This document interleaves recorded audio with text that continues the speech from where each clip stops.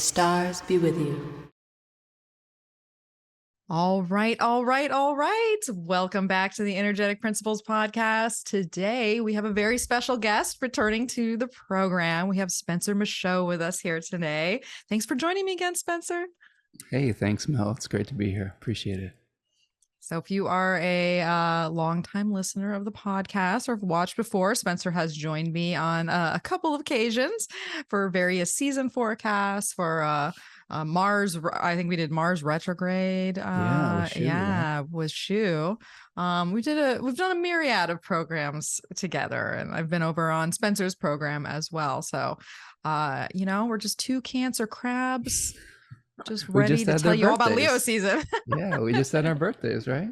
We did. We just had our birthdays less than a week ago. And so we spent like 40 minutes here before getting started, doing our how you doing? How's everything going? How'd the birthday go? All that. Yeah, which I affectionately dubbed the Cancerian handshake. We have to get the life update first before settle in with comfort with each other, right? It's what we do. Because you know what? We care. That's right. We do care. We do. We want to know how your life is going. We care. We honestly care. So Spencer is back here today, and we're going to be talking all about Leo season 2023. It's funny because the transits, there's not a lot going on as far as quantity, but the quality of transits are very some big ones. Some big ones, yes. So before we get started here, for those who are not familiar with Spencer or his work, Spencer, share a little bit about yourself. Yeah, I'm a professional astrologer from Ypsilanti, Michigan, which is southeast Michigan, just a few miles outside of Ann Arbor, where the University of Michigan is. I was a graduate of the Nightlight astrology programs and all of that stuff with our friend Adam Ellenboss. And I've started really taking an interest in the decans and associating or combining tarot and astrology. So I talk a lot about how the specific 10-degree sections of a sign will affect the energy of the season. I have a YouTube channel, Spencer Michaud Astrology, where I do weekly live streams on the new and full moons and the monthly astrology. And I've had guests in the past as well. And those are a lot of fun, so you can find me there on YouTube. Also have a website, spencermichaud.com, where I list all my things and all of those social medias and whatever it is. The social medias. Yeah, so I'm a professional astrologer, Midwest of the United States, and been doing a lot of gardening lately. So those are the things that have been going on. Yeah, we were coming together with our need for embodiment and getting away from the intellectual brain that if you have any Gemini planets, like both Spencer and I do, it's hard to get away from that sometimes. But we have Earth moons, though. We're earthy moon people, right? Yeah. So we need it.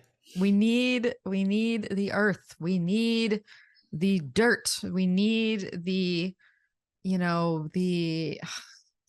gravitas. The gravitas. I need to be weighted down by my mortal reality. It's part of my. But you're right, though. It's a shift, hopefully, towards embodiment. Like being able to feel like we have a balance between the heart and the mind and the body, and really re-engaging with a somatic experience. And as lunar children, like we are. Like we have to pay attention to our body and the messages that it's giving us. There's one thing that was interesting that I wanted to share is that in this book that I really love, The Flowering Wand by Sophie Strand, they talk about the High Priestess and the Moon and the relationship to inner knowing and intuition. And instead of thinking about it as just something that just arises out of nowhere, she was making the point about intuition in the moon is like an interaction with your environment. So a lot of the knowing that we have as lunar people is that intuition comes from just our sensory experience and being able to pay attention to those messages that our bodies are giving us that aren't always rational, that aren't always conscious. And so I think that's what we're trying to embody and embrace. Well, and why, well, and I know it's not just me, but this is one of my processes, is like how I get to the nuggets of intuition that live in this Cancerian is a lot of times through activity that is body related, right? When I'm out taking a walk or I'm washing the dishes or, I've got my hands busy with something, right? Because I'm Right. not trying to intellectually force anything. It's more of, as I keep myself physical and connected to my vessel, it's like it creates an open space for things to rise up within, that aren't, I think about intellect and air, and we think about air and fire both being sort of this outward sort of energy that we like push towards.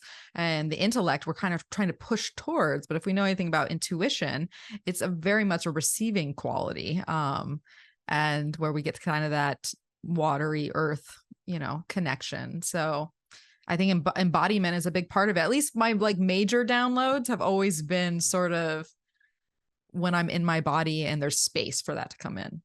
Absolutely. Yeah, I agree 100%. So how does that fit into Leo season? Because we're talking about the sun.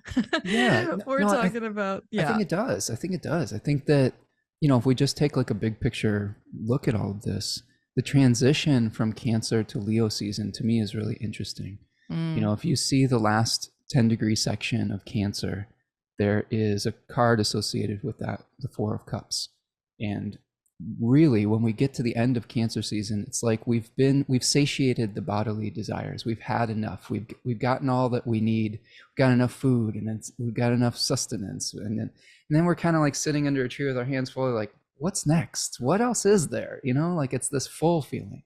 When we transition to Leo, I think that transition from the moon and that somatic experience is, in traditional astrology, they think of the sun as like the daimonic spirit, the light of the mind, the organ of mental perception or intellectual perception. So I really think it's a shift to finding meaning that is conscious and being able to say, okay, I've got my bodily needs met.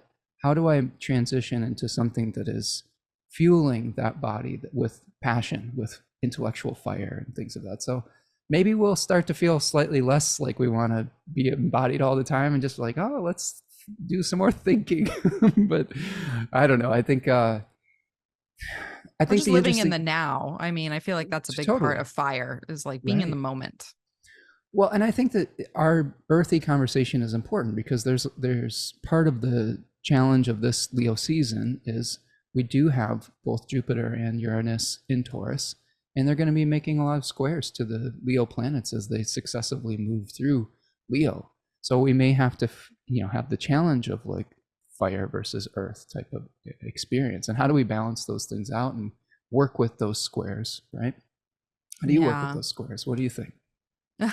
Well, I do work with those squares.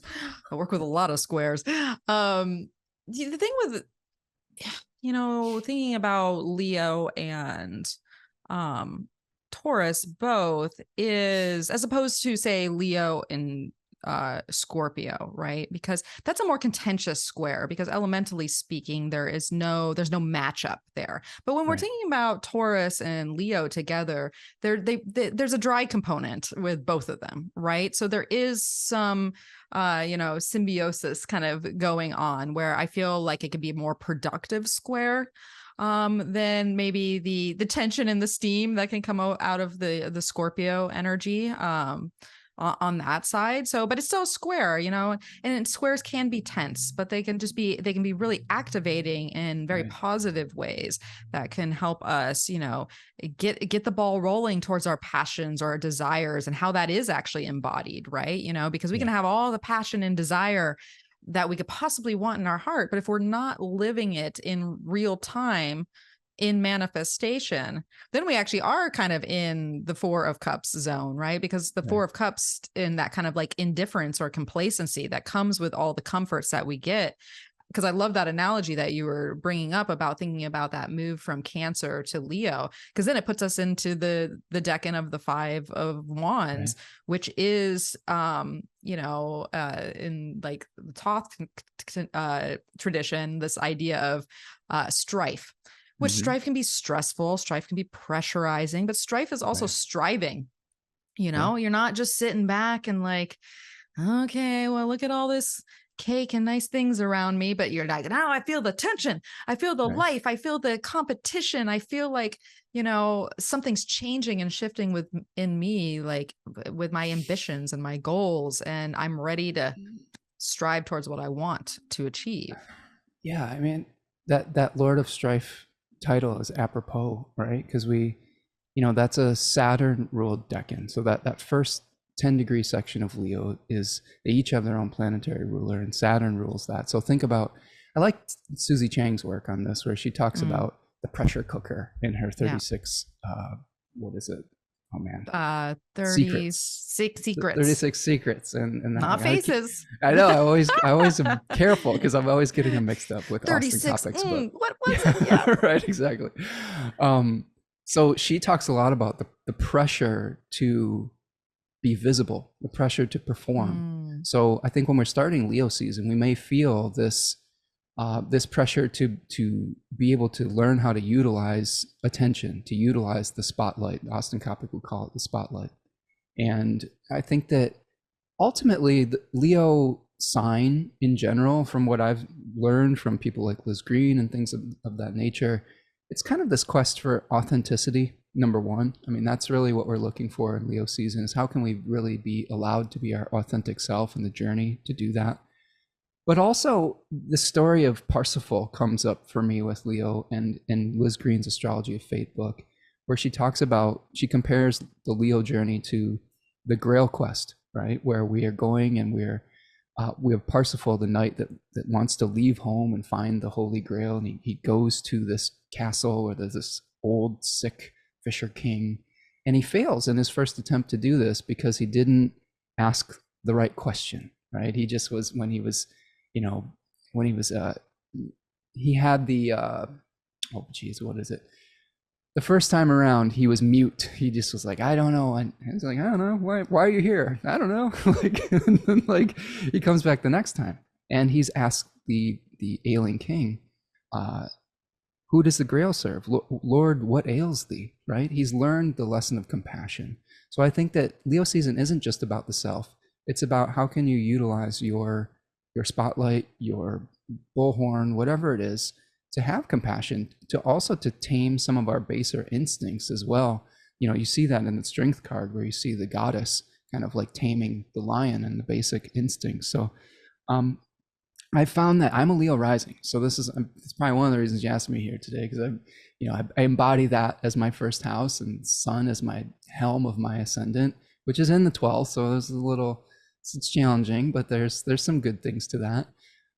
But a lot of my life has been about either trying to find who I am and my authentic self and expression, or being able to defend who I am authentically. I'm a third decan Leo. I was about to say, are you a third decan? Third decan Leo ascendant. Just like saying, yes, this is who I am, and you're going to kind of take it or leave it type of deal. It was a Mars. We'll get to that.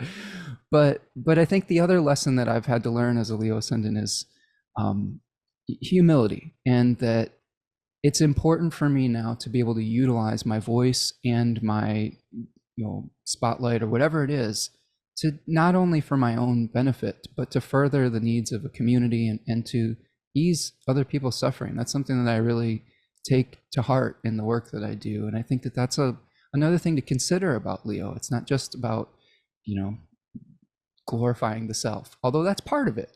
Leo to me is like, I'm great and so are you, and you can be great. Let's all be great together, right? On some level, you have some Leo placements, don't you? I do have some Leo placements, yeah. Well, I hope that the Leo gets to the high side of we can all be great together. Right. I think sometimes the default might be I'm great, and you're my audience, so sort of thing. I've definitely been I've definitely fallen into that a little bit at times in my life. But when I was just talking about this with Gray on the Venus retrograde episode that we did, because I think a big part of Leo energy is, accessing this point of validation. Yes. And, a lot of times people are on display or are in the spotlight because they're looking for some quality within them, their passion and their purpose and their shining light to be validated in some way by, other people or the collective, think of the Aquarius quality, right? But it's all that sort of inside job of inner validation. And I think that's when the true Leo can really shine, is when they're in access, they access that inner validation and that self, consciousness in a positive way that then realizes that we all carry a light inside. We all have light. And to give space for other people to shine that light without it diminishing another person's in the process. That's a tough lesson for Leo, isn't it? Right? Because the sun, it kind of blocks out everything else in the sky, doesn't it? So I've had to learn that lesson as a Leo rising. It's challenging. And think about it. It's like if you got prominent Leo, you're basically the solar entity walking around, and you get in proximity with someone else, and you're going to combust them. Right. Yeah. Right. There's an intensity to Leo. Like there's times where I will just, if I feel inspired, it's hard for me to stop. It's hard for me to calm down, if that makes sense. Like I have to tell everyone about something that I'm excited about. But the opposite is true too. If I'm not excited about something, getting me to move off of my butt or whatever it is almost impossible. It is a fixed sign. It is fixed, and lions can get lazy. Well, I think of it like this too. The lion as a hunter will stalk prey for a long period of time. And so it takes a while to take down a large prey, and then they gorge themselves on it. And then they have to sleep in the sun. They have to recover. So a lot of times as the Leo placements, we're hunting big game, and it takes a lot of energy, and it may look like we're not doing anything, but we may be stalking something as we're going through our life. And I mean that in the most positive way. And then if we take down a big project or accomplishment or goal, then afterwards we like, hey, we need to recover a little bit. We need to chill out. And then we have to find that new passion again, that thing that we want to pursue, right? So I think that, if we look at those decans once again, it transitions from Saturn in the first decan to Jupiter in the second to, what is the next one? Mars in the third. So we have the contest. This is something that Susie teaches. The contest in the first, the competition for the spotlight, for our own authenticity. Like Austin Coppock talks about, we wear a mask in that decan. Like we're trying on different personas to see what fits. Because Saturn is a deceiver, right? They say in ancient astrology, Saturn is actually a deceiver on some level. And then in the Jupiter decan, we've won our authenticity. And you see in that Six of Wands card, a parade. Like they're actually, that card is about a general that's returning from battle and is having a victory parade of some sort. But the thing is that they're not just acknowledging that individual.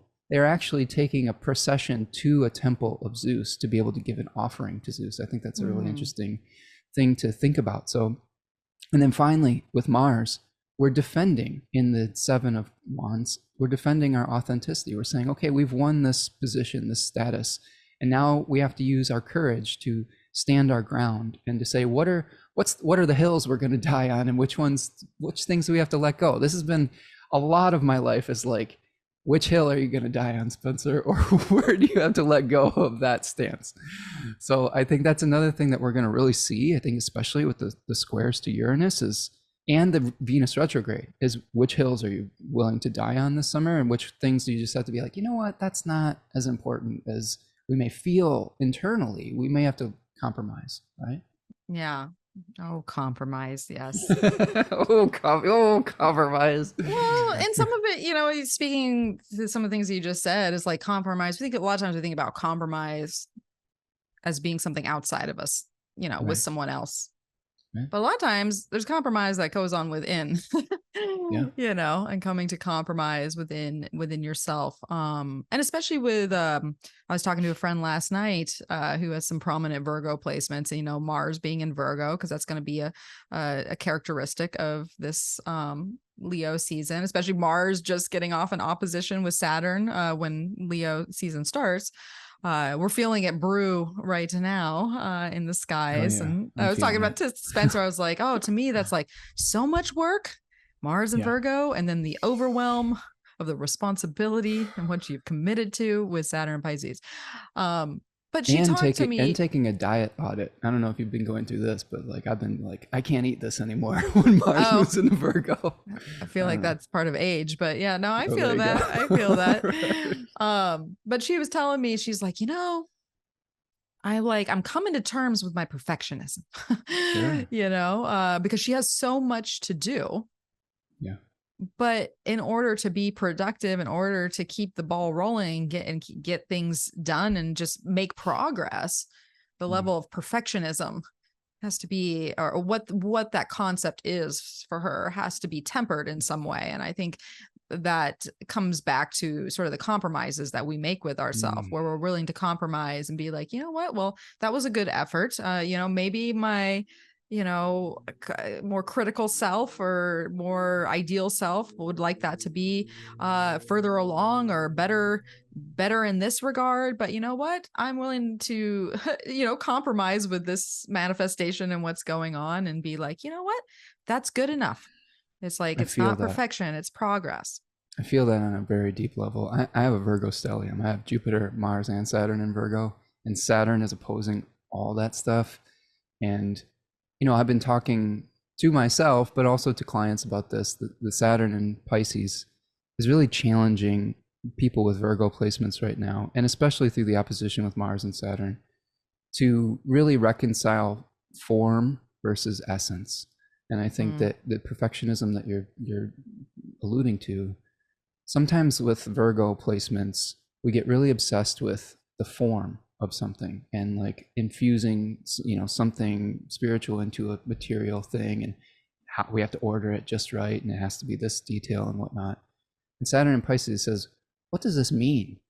Are you really getting the undercurrent? Are you really getting the meaning behind it? Does the form actually serve the higher purpose of what you're doing? And I've had to ask a lot of those questions as my life's gotten more busy and more complicated. Is like, does the way that I do things serve the actual meaning? Is it consistent with what I truly believe and what will help people to understand the big picture as well? So yeah, you're totally right on that. And I think that when we start Leo season, we're going to be coming just off of that Mars Saturn opposition, where we're really going to have that, Mars Saturn is always like one foot on the gas, one foot on the brake type of thing. Yeah. So we're right. So I get, I'm just thinking of like stories what this could represent. Like, we probably will just be starting, maybe we'll start a project that's very, we'll start with the details. A story that I'm reminded of from my youth is that I used to do a lot of drawing, and oftentimes I wanted to draw faces, and I would start with the eye. And I would just spend 2 hours drawing every detail on the eye. And then I would try to fit the rest of the pieces in, and it would just all look like Picasso or something that wouldn't be fitting together. Because I started and I got so granular about one tiny piece of it that I really wasn't seeing the forest for the trees type of thing. So as I advanced as an artist, I had to make an outline. I had to see where all of the elements were going to be placed before I zoomed in. And I think that's one of the things we're going to be feeling with the beginning of Leo season is, how can we keep the big picture in mind before we start zooming in on all of the granular microcosmic details? Yeah, no, I think that's a good point, because some people might not realize this about Leo, but it's actually has a quality of a big picture sign. It has the ability to see more like abstractions and, thinking about like Mercury in Leo, where actually Mercury starts the season is in Leo, and me having a natal Mercury in Leo, I'm like better with broader concepts, and maybe the inspiration and the vision that are behind things, and rather sometimes getting into the details around things. So, bridging the gap between the two, right? Because we can't forego the details, but we can't lose sight of the bigger picture. So how do we incorporate those in our lives, especially when we're going through maybe a pressure test and sort of this underworld journey of, with Venus going retrograde, right? Because talk about a lead up of Leo season. It's like Mars opposing Saturn, Venus stationing literally minutes before the sun moves into Leo, while the sun is opposing Pluto. You got Pluto at the bendings of the nodes. Like we got so much going It's like on. three different hits. It's kind of weird how that works. Well, with the of their true motions. node, Exactly. because it true node retrogrades. Yeah. So, but I think there's a blessing to all that because it's Leo season, right? We are talking about the sun in its domicile. Yeah. So, getting to the heart of a matter, shining, like having a point of illumination, shining the light of consciousness and where our consciousness resides. Because, that's a very big thing, like where we put our level of consciousness in our lives. And, because that, where that energy and that essence is essentially our whole awareness. And in a different way than Mercury might be with the perception, right? So just looking at consciousness as a whole is could be very, So anyways, my whole point of that is that I think that because I think, right, the sun becomes, the second it moves into Leo, the sun becomes the final dispositor for all the planets. For all the planets? For all the planets, because we don't have a single planet except when the moon moves through Cancer. But we don't have a single planet that is in its own sign. We got some Venusian planets, we got some Mercurial planets. So until Mercury moves into Virgo, all the planets are going to be deferring at the end of their chain to that sun in Leo. So it's going to be a very solar period for a handful of weeks. Yeah, illumination is something that just really comes out of that too, like finding clarity. And the sun is something that just helps you understand what you're really looking at, and helps you to make it conscious rather than that lunar somatic consciousness that is more about the senses, that isn't like, you don't know why, but you just feel it. Yeah, right. But with the sun, you're able to name it. You're able to be inspired by it. You're able to utilize it. So there's agency with it. There's will that we're able to utilize with that solar consciousness as well. And so it's just so interesting to think about that illumination and sort of like a clarity point, right? Because if we think about the lunar cycles that we're going to be going under, right? Because we just have a new moon in Cancer, like less than a week before the Leo season starts. So we don't get to our new moon in Leo until later in the season. And of course we have all fixed quarters, which is, highlighting very tense and rooted aspects of our life that are gaining new stories, or that's switching and turning. But there's something to be said about, because we're, Spencer and I are recording under right now. We're recording under still the lunation cycle that Gemini new moon squaring Neptune, right? And then this new moon coming with Cancer is going to be trine Neptune, and then the new moon in Leo is square Uranus. So thinking about this place of confusion and dreams and visions and the in-between liminal to the point of maybe like acceptance and flow to the illumination, then to the awakening, that comes. It's an interesting just lineup, lunar wise. Yeah, I mean, we're coming off as we record the Gemini 3 new moon, where we had to make a choice, where we had too many things, too many thoughts, too many ideas, too many, all of it. And too many. One twin had to die so that the other could live. And that came to fruition at the full moon in Capricorn, in those middle decans where we're trying to figure out, a lot of it is leisure versus kind of like hard work in those 2 decans as well. I mean, you live this, right? You live this. So so I'm sure that was a big one for you, because that was right on your sun and moon, right? In that decanic area, pretty close. right? Pretty close. Right? And then at this new moon that we're going to be starting up on the Monday after we record this is the third decade of Cancer, where we touched on that briefly about the feeling of fullness. You know, there's a scarcity versus abundance questions that come up in that. How much is enough? What is enough? So that's a question we'll have to ask ourselves as we go into Leo season is, what do we do with excess? What is excessive and what isn't? And maybe how do we share our abundance even as well? And that'll come to the fullness at the Leo full moon or the Aquarius full moon, where with first deck in Aquarius versus first deck in Leo, where a lot of that to me is, you know, finding beauty in communication with the fringe and the outsider, right? With the first decan of Aquarius. And how do we, you know, become an insider on some level? Insiders and outsiders is really something that I think about a lot when those two are opposing each other. So, but I think it's really important to keep in mind that we're just going to have these a lot of squares with especially Uranus. And we have a preview of this, right? With Mars going through that square to Uranus. And Venus and Mercury, and the fact that we've had a lot of squares to Uranus from various planets at various times. It's not new news, but it's a continuing evolution.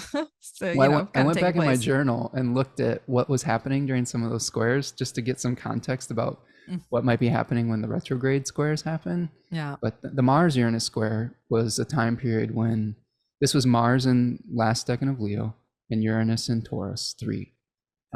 We were dealing with extreme air quality issues here in the Midwest from Canadian wildfires. And it was a real shock to the system around here, because in the Midwest of the United States, we've been really sheltered from a lot of those challenges. And that really was an eye-opening awakener for me. That's like, we're not going to be able to escape this wherever we're at. Although we've talked about you having the perfect weather in San Diego, but the dust. We get our wildfires too. Yeah, we get but I think, you know, with Venus square Uranus, I thought this was kind of funny. It wasn't as intense as the Mars one, but I was watching, first of all, I'm trying to create a pollinator habitat in my yard. I'm removing all of my grass and planting native plants. And I had a huge project where I just had to repot all of I bought like hundreds of plugs to put in, and I was feeling really overwhelmed. I was like, this is amazing, but it's just like so much work. And then in addition to that, I was watching this show on Netflix called Muscles and Mayhem, which is I've seen that pop up. Have you seen that? The wrestling show? Yeah, it's about American gladiators. Gladiators, remember that from our youth? Yeah, I totally remember American Gladiators. Felt very, very Venus and Leo square Uranus and Taurus type of thing, and you know, this kind of like this battle of courage and like and then, but also showing how the mistakes that they made and how they've kind of come out on the other side of that. And that's one of the things that I've been thinking a lot about with Uranus and Taurus is it's really about, you showed me this deck that you're working on. That's beautiful. That you're going to be, I don't know if am I letting a cat out of the bag? I'm sorry. Did the cat just screech out of the bag? Well, that decade, sorry, I'll backtrack. You didn't hear anything. That decade creating really mystery. You and you Scorpio risings, always keeping your secrets. No, that decade really is about reevaluating what has worked and what hasn't, and being able to atone for previous maybe mistakes that we made through being rash, or through just dealing with the challenges that come through forces that are greater than us, like forces of nature that were out of our control, like natural disasters and disaster management. So I think a lot of this Leo season, I really do feel like as the sun moves into Leo and Venus retrograde is going to hit it again, we're really trying to figure out what kind of identity we're going to have moving forward as we make adjustments to this new reality that we're living in, you know, of having to deal with severe weather in various forms all over the world right now. Yeah, because that is not going away. No. Just in the beginning stages of just in the beginning stages. So it'll be interesting to see just how this it plays out in the summer months here, because we know summer months, well, winter months have been rather volatile too for some folks. But we'll see, once again, having everything come back to the sun. And we know the sun is scorching hot. So I'm worried about droughts. Yeah. Well, period. and then that's what we're talking about. Remember when I was saying, the sympathy with the Taurus and Leo is the dry component. Yeah. So you know what I think we need to do, Mel? We need to make an offering to Sekhmet. You familiar with Sekhmet? I know the name, but I didn't know that they bring the rains. Well, Sekhmet was a solar deity in Egyptian mythology, and she was a daughter of Ra, another solar god. Yeah, and she was very angry, and she brought upon the countryside like a lot of drought through her scorching rage. And they were able to appease Sekhmet by giving a blood sacrifice of like red dyed beer. So they would dye beer with like hematite and ochre, and they would pour it out in the desert. This is how the story goes, and it appeased her bloodlust. So maybe we need to dye some beer, spread it out in the desert, and maybe that will help us overcome the rage of the sun, or the scorching rage. The scorching rage. Oh totally. My gosh, I'm not about some scorching rage, especially here. We always say like San Diego is kind of like the perfect weather, where we have like that Mediterranean climate and that small piece of the United States. But when we do get the heat, there is no air. Most places have no air conditioning because we're used to the coastal breeze and we're used to 70 degrees, poor us. But when it comes around, it's like 95 out or 100, and you're just like, it is insane just sitting in your house with like a fan that does absolutely nothing, taking like ice packs out the freezer and putting it on your neck, Totally.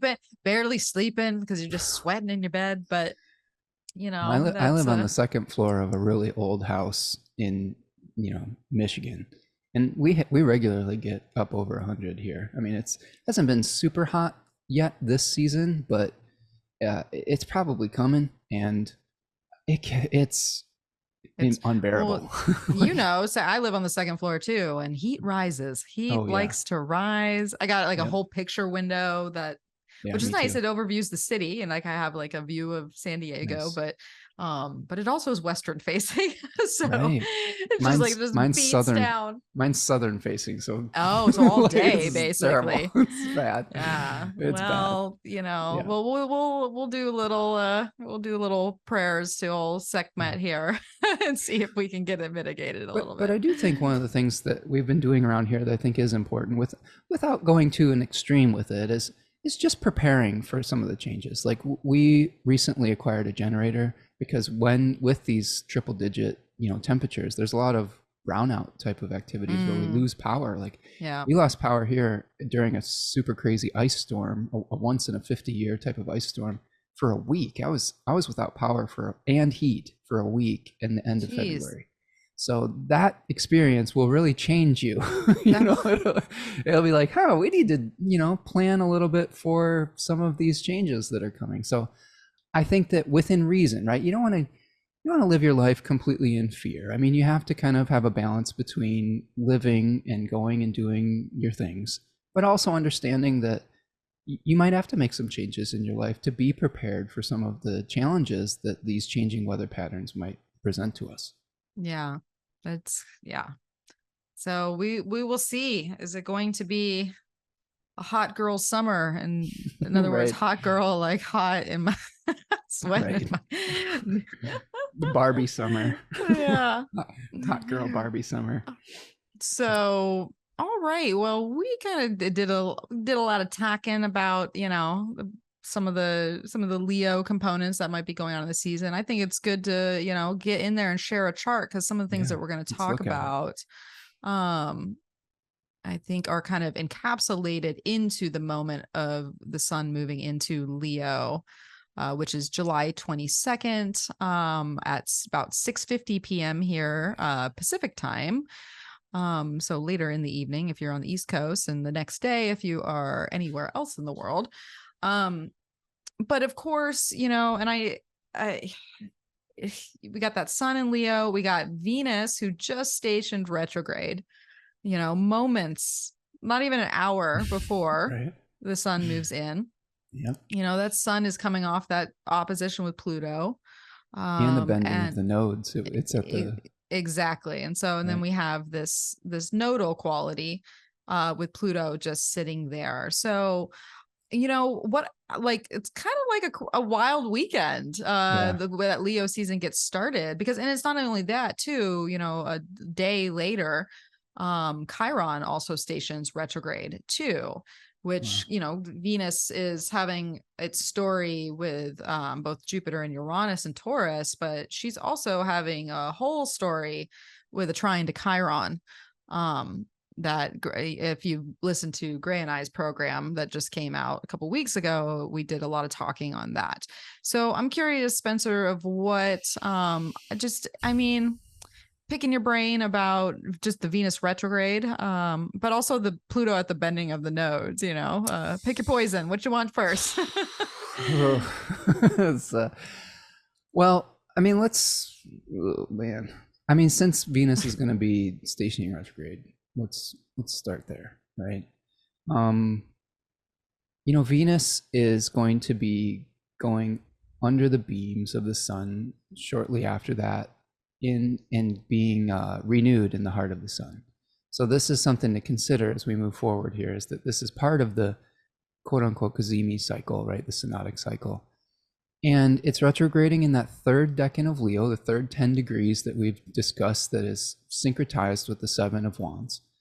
So to me, Venus glamorizes the place that it's moving through. So the glamour of courage, the glamour of standing our ground, the glamour of, you know, for example, like I talked about the American Gladiator show that I saw when Venus was in the third decan of Leo squaring Uranus. Like they have this competition where they're like jousting and they're trying to knock each other off of a pedestal, which is very literally with those big like Q-tips. Yes, like, yes, exactly.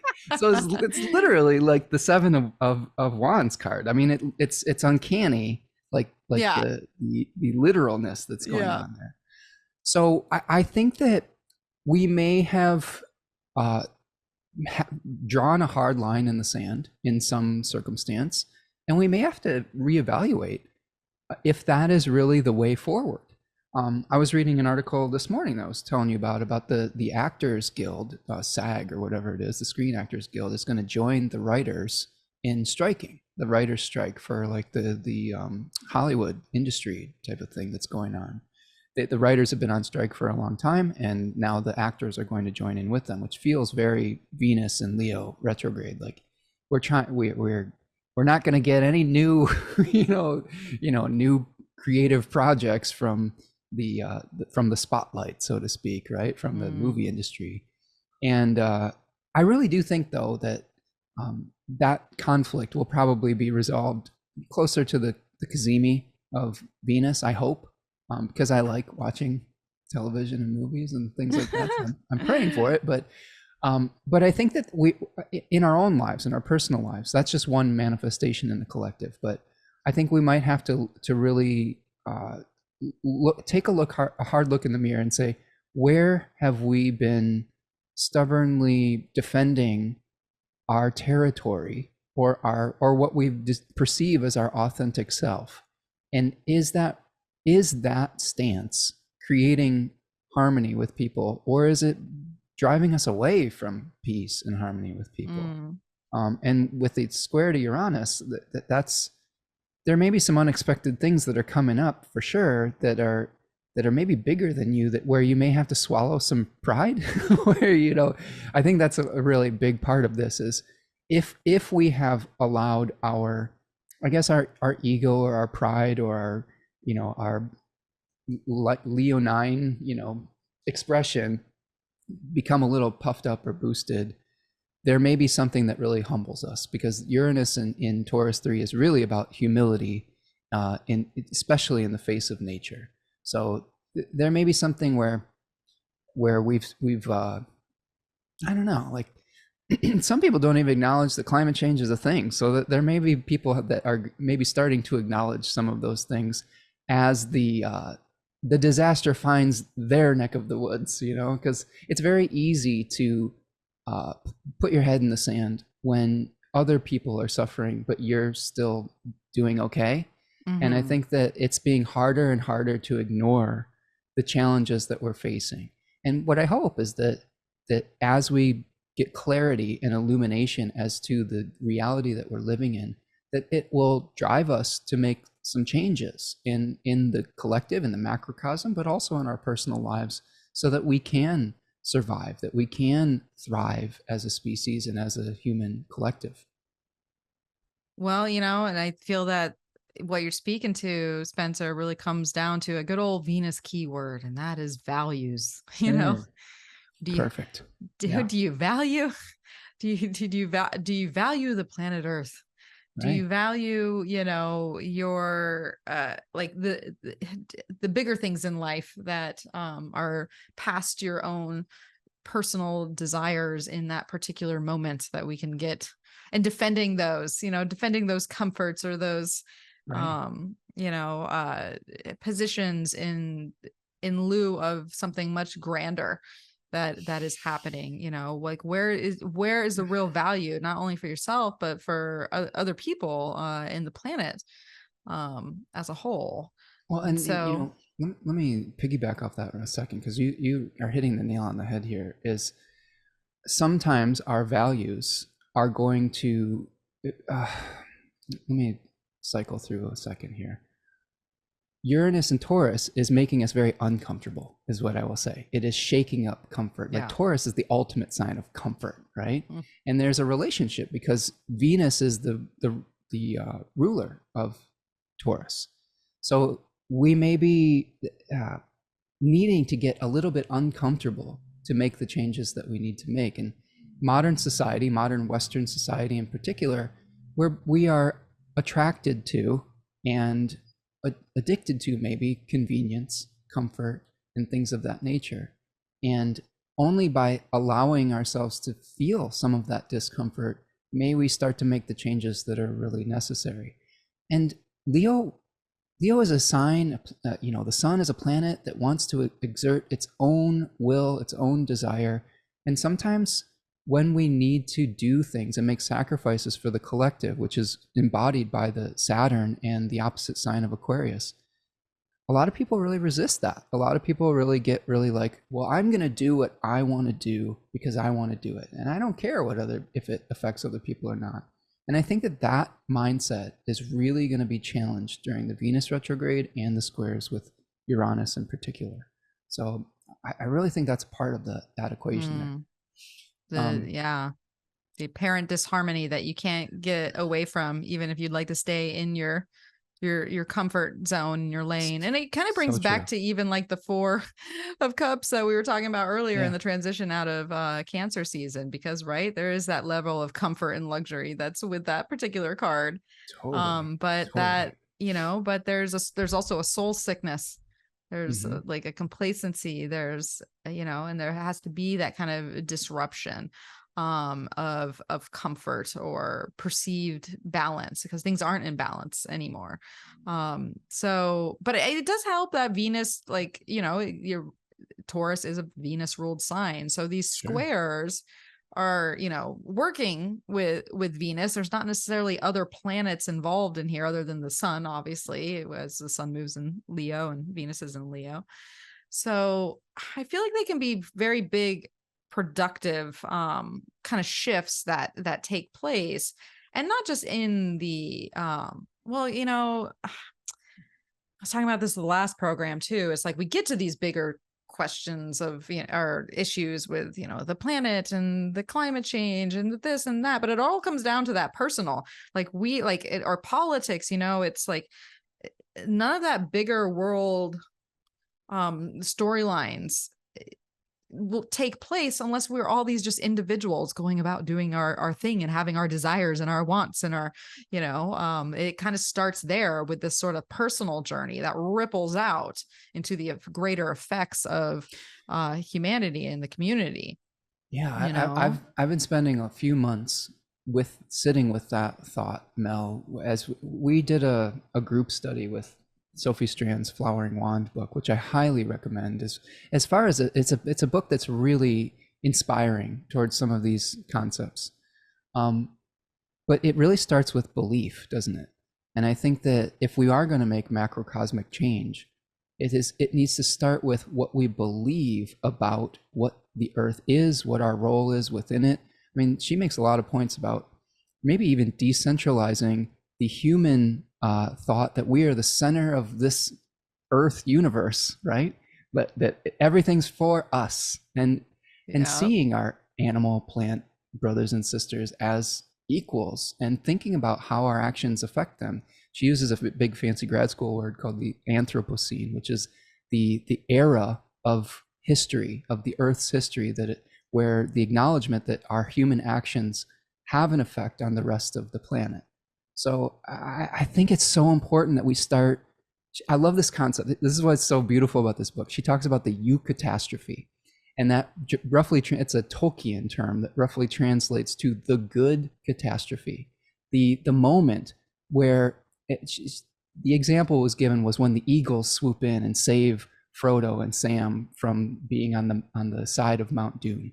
It's the moment where crisis is imminent, but there's something good that just swoops in to change the whole tide and to change the whole narrative. And you're talking about personal responsibility. She suggests that we can be the eucatastrophe for the bees in our yard. We can be the eucatastrophe for the possum that was hit on the side of the road that was pregnant, where we rescue those babies and we change the narrative of those baby animals in the moment, where we give an oasis for the bees that are losing habitat by the second. You know, there's little acts of kindness that does require not necessarily thinking about if it benefits just us. It's sacrifice. But the beautiful thing about that is when we sacrifice for the collective, we are part of the earth. We are part of its intelligence and its consciousness. We are part of its light. And when we take those actions that are for that greater good, what we're doing is we're giving that energy to ourselves. We're creating a more beautiful, balanced planet that is returning homeostasis, so that honestly, so we can live on it, you know, and survive and not be like constantly scared that there's another disaster that's going to be coming, or that we're going to burn up or not have food or not have water, right? And the generations to come, right? Because it's past our, Exactly. it's past our moment here in this time. Right. Right. And I think what you're speaking to actually ties in sort of perfectly with Pluto at the Bendings. Yes. Because think about Pluto at the bendings of this Capricorn Plutonian journey that's been taking place since 2008, right? We were talking about 29 degrees of Capricorn, and being at the bendings of the nodes that just moved into Aries and Libra. We're still in this Mars Venus story with the nodes, but we're just switching, right? And so here we see in this particular chart at the beginning of Leo season, we're talking about Venus retrograding, right? We're at the point of the south node retrograding and stationing. We see Mars, the point of the north node, in an opposition to Saturn, asking with maybe some backs against the wall and asking some hard questions and looking at the long term and what we can do. And how that affects and where our compassion is, right? And where we feel overwhelmed, but how we can not let that overwhelm get us into a place of complacency, and rather to push us into actions, and maybe small actions, right? I think about Mars and Virgo. It's like, it doesn't have to be grand gestures. It could be like, I was telling Spencer before we got on here, if I'm in a store and some person walks out with something in a plastic, like just like a small thing in a plastic bag, like that enrages me. I'm like, you are just taking this thing that you could probably hold, to, the car where you're taking it to somewhere else. And then where does that plastic bag go? It lives on forever. Right. Goes in the ocean. And why is that? Is it because it's comfortable and you want something to hold it? Is it because it's a social thing and you don't want to be like, oh no, I don't need that when someone's offering you something? something, right? Because people just throw it in a bag right away, and that's their job, and they're not thinking Well, about we're it. conditioned. We're conditioned towards these things, Mel. Right? Think about. I love the path that you're going down here, because think about like yards, for example. I mean, I don't know how much grass you have in San Diego. I don't got any grass. But like in the Midwest, I've been wanting grass. in the Midwest, people are obsessed with their lawns and dumping chemicals that literally poison everything Yes. onto their lawns to keep them green, and like they have to get rid of all the weeds, and honestly, a lot of that is rooted in the belief about what necessitates, what represents abundance. Because Keeping up with the Joneses. well, here, think about this for a second. Back in the day, if you had enough land to be able to not grow food on it and keep it like perfectly manicured with lawn, that was a symbol of wealth. So we talk about Pluto at the bending of the nodes, Pluto being a representation of wealth. Okay, we're gonna have to change our idea of what it means to be wealthy and abundant. Like, lawns serve no purpose, like none. They're just sucking up water. They're absorbing a bunch of chemicals and putting chemicals into our system, right? So why not just replace them with plants that are more drought hardy, that actually pollinate the bees? Because guess what? If we lose bees, we lose food, right? The bees are vital for being able to pollinate the fruits and vegetables that we eat, or that feed, if you do eat meat, like that feed the animals that we eat as well. So that it's all interconnected. And if one of those systems starts to fail, the whole thing could be crumbling.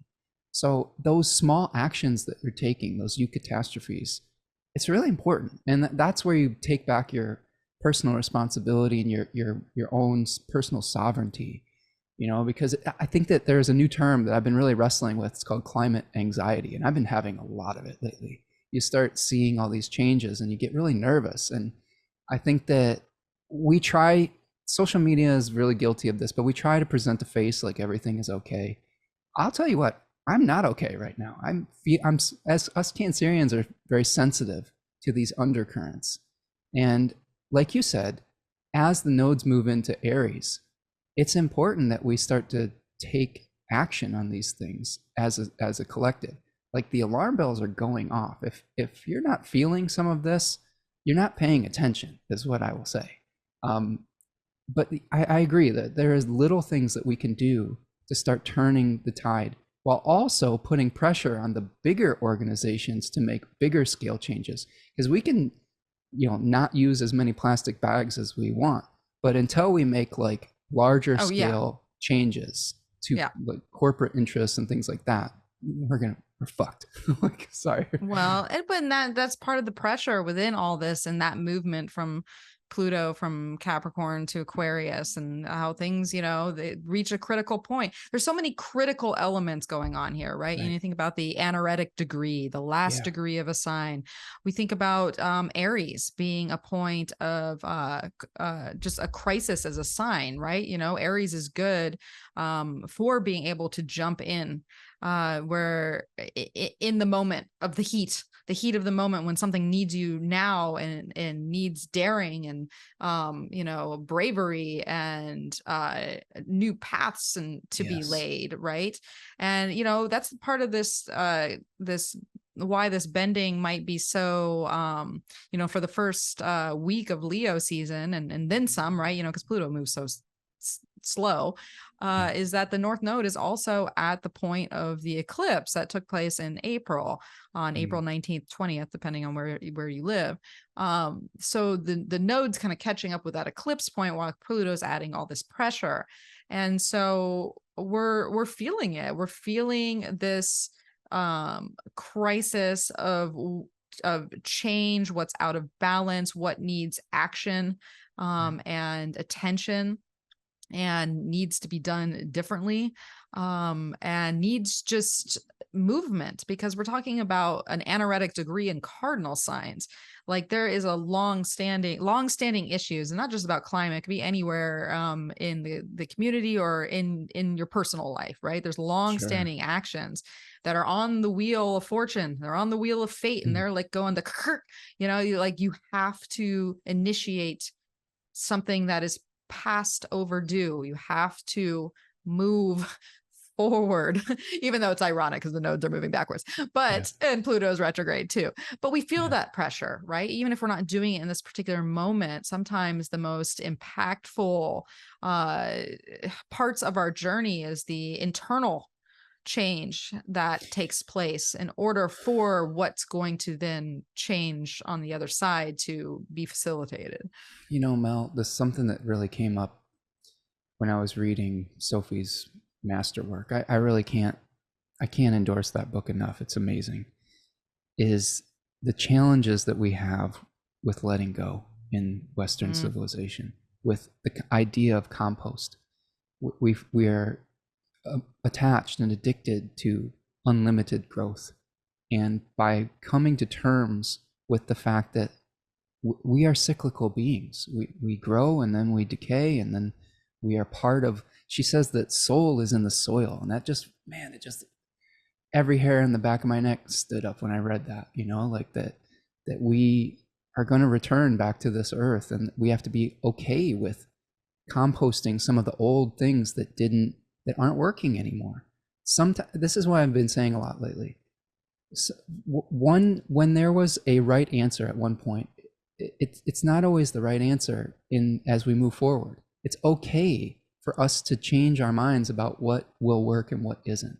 It's okay to let go of the old way of doing something to respond to the moment that we have. And I think that's very much Aries North Node is, how do we respond to the moment? How do we initiate new things to be able to meet the challenges of whatever our new reality is? And this is the other thing too. We're still at a point where we can make a difference in how our kids and our grandkids or whatever, how they're going to experience this earth. The whole, like, this is the new normal thing is really annoying to me, because that's the type of attitude that breeds complacency, and if that we are accepting that it's just going to be this way. Now, granted, there are some things we're not going to be able to avoid.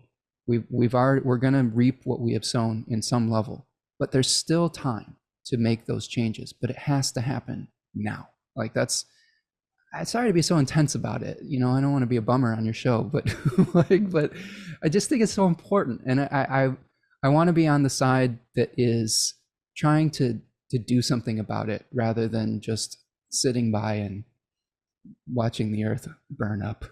Yeah. Well, I do think that that's a big part of, the rest of the year's astrology, and something that Gray and I talked about recently is, looking at, like, much of the rest of this year is placed on the, personal path. And with Venus and Mars being such intricate components. And it goes back to what we were just talking about, like having to get, personal with yourself, because that's where all the change happens. It's like, don't fool yourself in thinking that you can't embody change. You can't be the change. You can absolutely be the change. Right. And I think that is the beauty of actually the Sun Mars conjunction and the synodic cycle that's about to start in November in Scorpio. Right. And you can make change sexy too. That's another thing. That third decan of change right? Sexy. That third decan of Aries is Venus ruled. It's saying, I'm passionate about this. Why don't you get on board with this vision? Hey, so, you need to be in advertising. Right. Well, this is the thing that we're going to really need to do. We're going to have to find joy in the change, rather than just, fearing these things. We're going to have to say, hey, look, isn't this backyard full of wildflowers beautiful? Isn't it more interesting than just a boring lawn filled with toxic chemicals? Like, I look at my backyard now, and it's gorgeous. Like, I removed a bunch of lawn in the backyard, and now there's just a rainbow of wildflowers popping up. And every time I look at it, it makes me happy.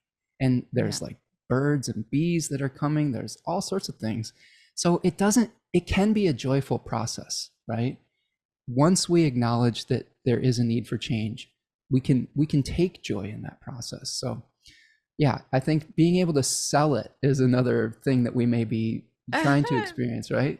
Yeah. Well, and I think maybe we're selling it for this weekend too, right, of the change, right? Because another thing that's going on is Mercury is squaring Uranus during this whole weekend. So we think about We think about just changes of mind, being awakened to new information coming in, whether that's inside of us, outside of us. There's a disruption component, like just as like a caveat beyond like some of the things that we're talking about with you know uh all the changes in the world, and I think we've got to step up to that.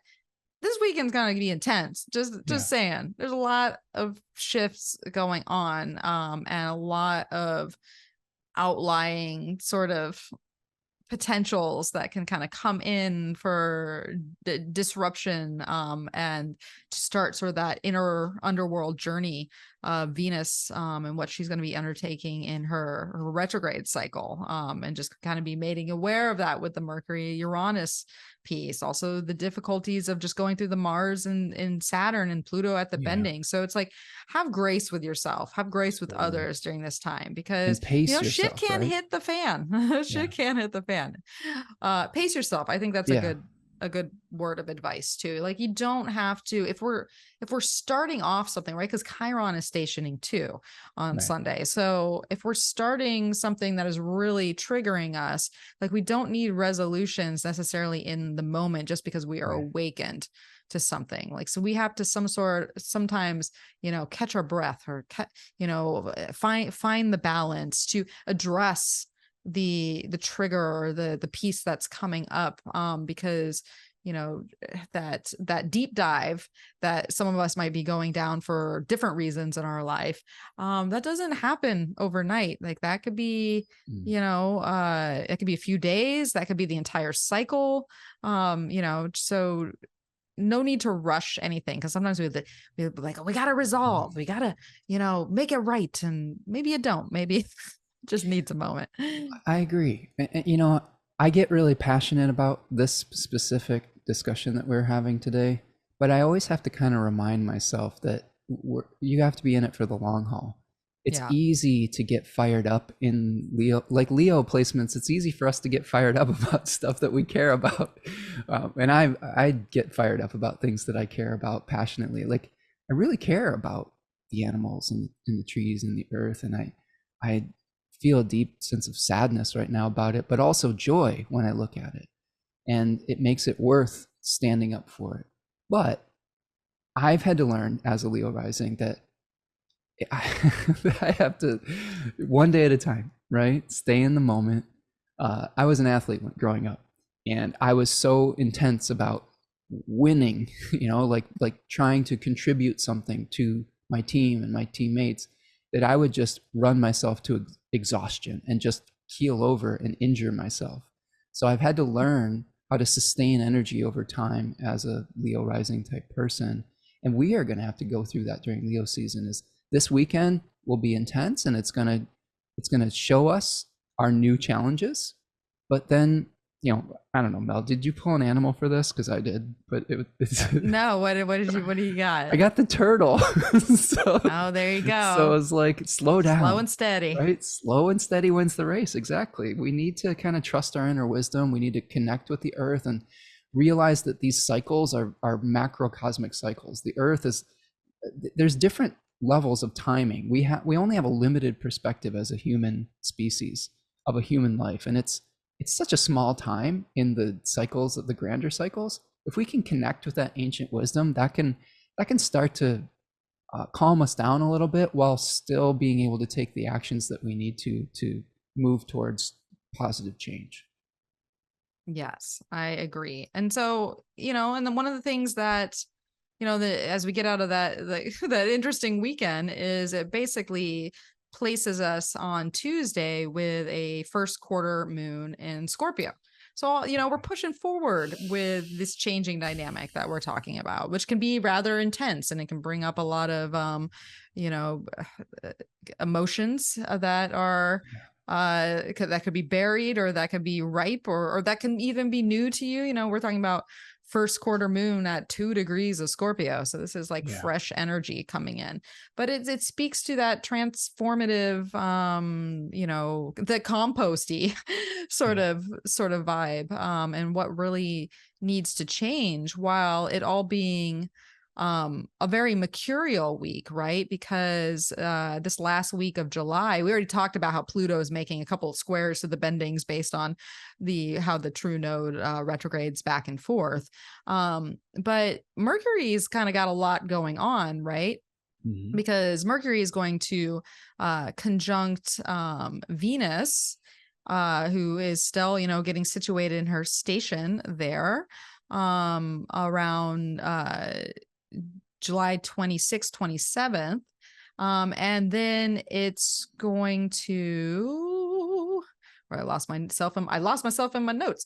That is going to trine the nodal axis, right? That we Right. keep talking about. And then it's going to move into Virgo and breaking that domicile sun, that kind of, now Mercury's going to be in its headspace, which honestly, Spencer, I feel like Mercury in Virgo is going to be a really good thing for Yes, this time period. I'm into it. And there's going to be a Kazemi coming later on in the month too, which is super positive for, mercurial types of experiences. That going back to that first quarter, that the moon is going to be very close to its maximum degree of fall. So this is a time where, embodiment might be challenging. Like you were talking about composting, and about really that decan of the moon is the 5 of Cups, which is talking about, mourning, grief. There may be something where we're having to acknowledge our sadness, acknowledge loss, while also understanding that there are still 2 cups standing in that card. There are 3 that are spilled and 2 standing.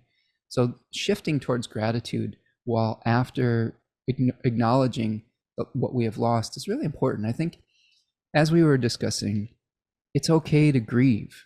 We feel like we have to put on these brave faces, and Leo in particular. Like for me as a Leo rising, and I'm sure with you as a Leo MC, and you have Jupiter there too, right? Like, and Mercury, yeah. Sometimes if we're not feeling at our best as a Leo person, we're like, you're not going to see me. You don't want people to see you in a vulnerable position. And at this first quarter moon, I think there's going to be a challenge of like, how can you allow yourself that emotional vulnerability? How can you allow yourself to maybe not be at your best and mourn what you've lost, while also we're going to start having the conversation between Mercury and Venus here about what is important to you. What do you believe in? That third decan of Leo is called the banner in Austin Coppock's book, 36 Faces. What are you willing to stake your reputation on? So Mercury is a planet that is going to cast doubt and ask questions. So I think that there are harmonious conversations that might come up about what you really truly believe in with this. And then it shifts into, Mercury shifts into dignity, like double dignity, like it's exalted and in its own domicile, and it's moving into the Kazemi cycle shortly after that. So I think that there's fruitful conversations we can have once we acknowledge the loss that we have, right? Think of the burden that's lifted from you when you actually feel your feelings rather than repress them. Yeah. So if you need a good cry through this time, that's okay. Allow yourself to feel that. It's just, and there's something to be said about this whole position, right? Because the last time the moon was here in Scorpio was its last visit to the south node. So, and that happened to coincide with the Mercury Kazemi with the sun that's trining Saturn, and that was a time a lot of people felt some major shifts coming by, because it was our last sort of lunar hurrah over the south node. But there's something to be said about like leading up to this first quarter, because we're going to get our first, that morning of Tuesday the 25th, we're going to get our first lunar conjunction to the south node in Libra, which of course is going to set off this Pluto square, right? But to come back to the mercurial piece, right? And because Venus is ruling this south node moon conjunction. So we are, we're and the moon's trying or sextile her, right before it happens. So there's this Venus piece that sort of comes in that can be a little trying in Libra and definitely kick some things up.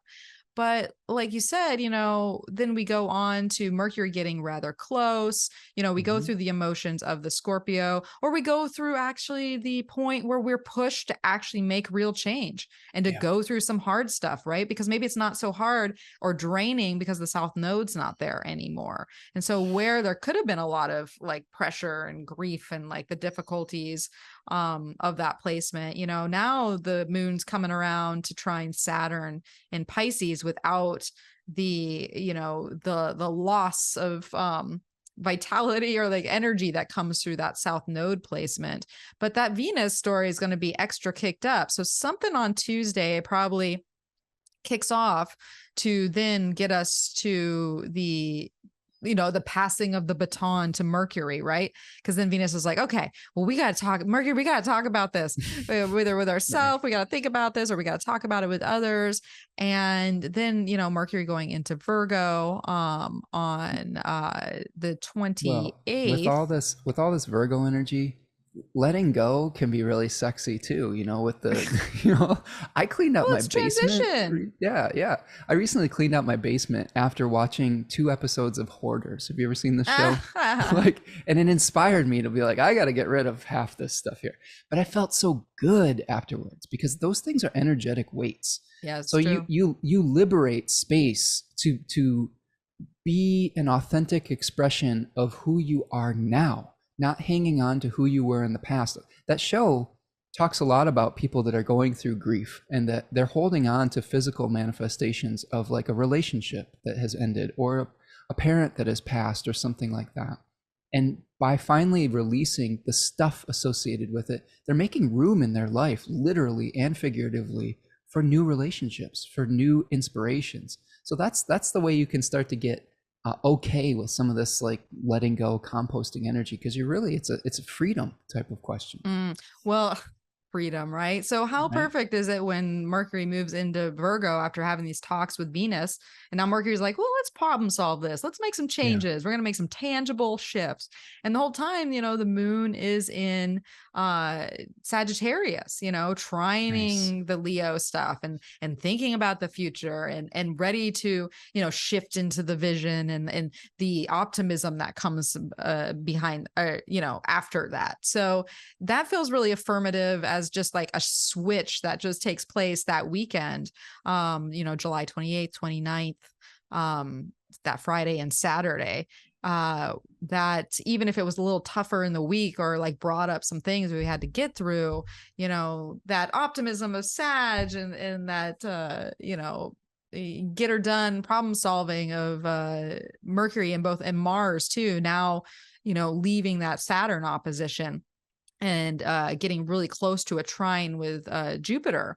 We are on the verge of growth and moving on. And sometimes, to go back to what we were talking about earlier, growth looks like a purge. Growth looks like a transition. Growth looks like a paring down to what's actually really important in our lives at this particular time.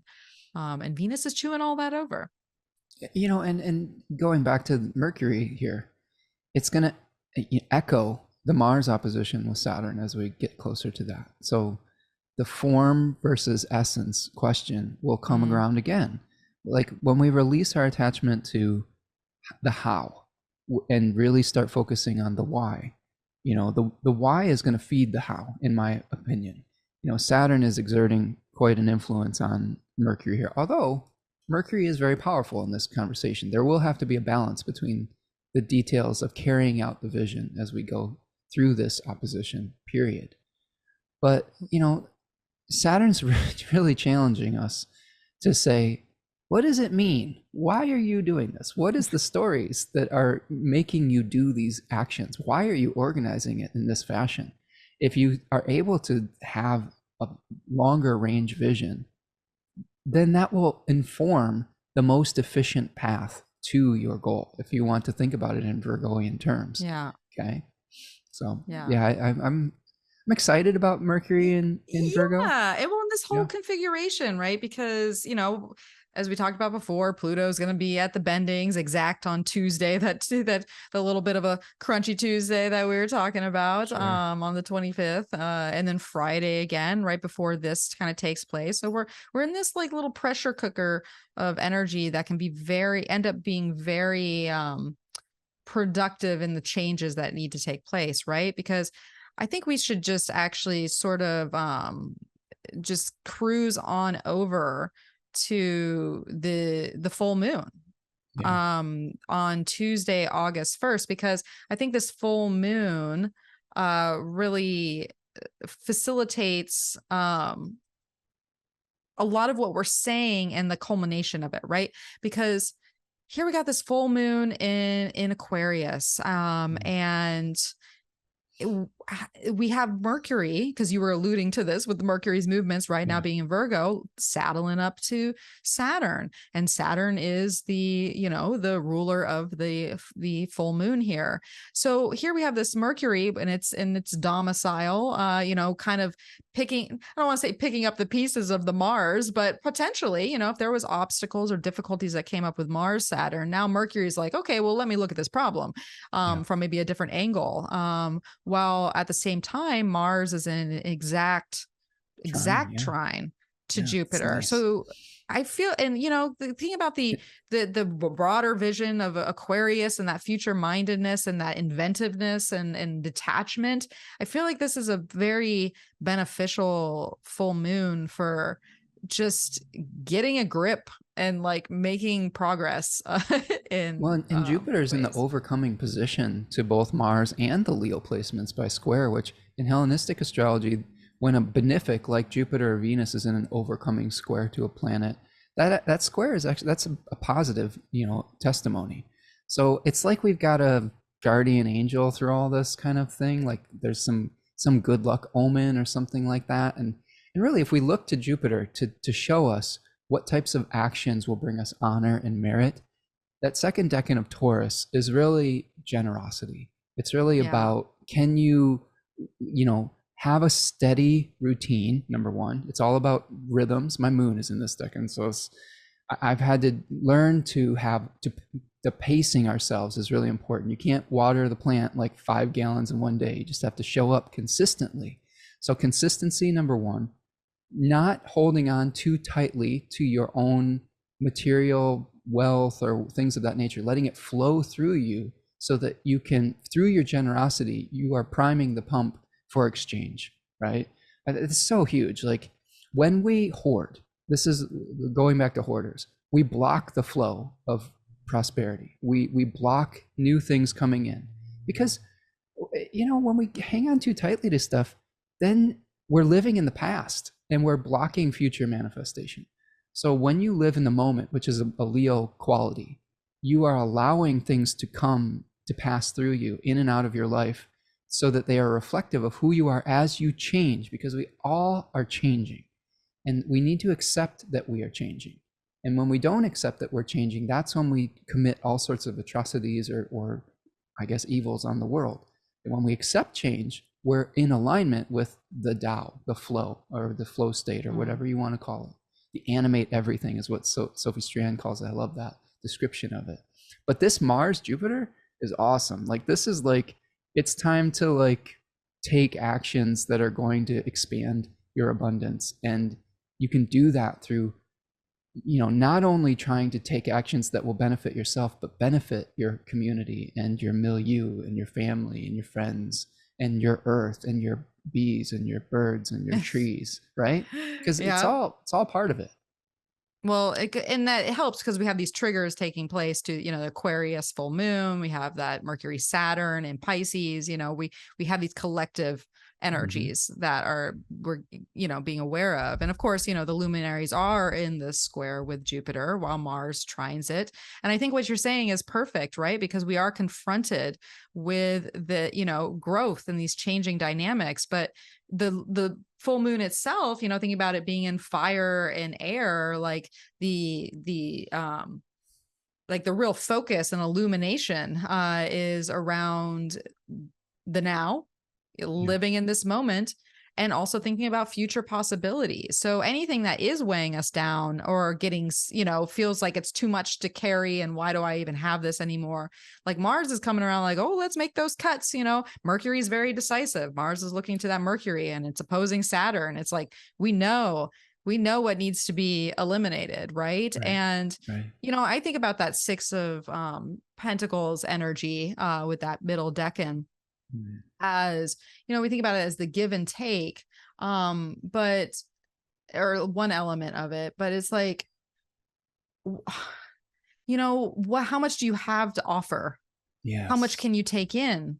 Like where's the balance between those two and what's worth it? To you, how much can you actually exchange and give back? And that could be physical, that could be material and financial, that could be energetically speaking, of what a good balance of give and take looks like in your life on all the levels right now. But servicing that future vision. Well, and Austin Coppock in his 36 Faces book talks about tantra in that decan, like the tantric motion of showing up, like the slow and steady, consistent action that builds over time, that fructifies the soil. That's this fancy grad school word of like being able to create fertility. So we're planting our seeds and then we're showing up and taking care of the things that are important to us. So being able to show up consistently for whatever project that you're working on now is going to eventually lead to success, right? A lot of the times, and I think this is good advice as the nodes move into Aries and Libra respectively, we may be really feeling a lot of energy towards starting something new, especially something that we feel individually passionate about.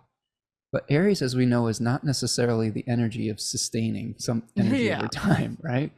So if you want to be successful with this, you are going to have to decide, first of all, which of the things is most important. You prioritize, and Mercury and Mars are going to really be assisting in that, especially because Mercury is feeding Mars all sorts of hyper analytical abilities, right? Saying, like, being able to label what priorities are.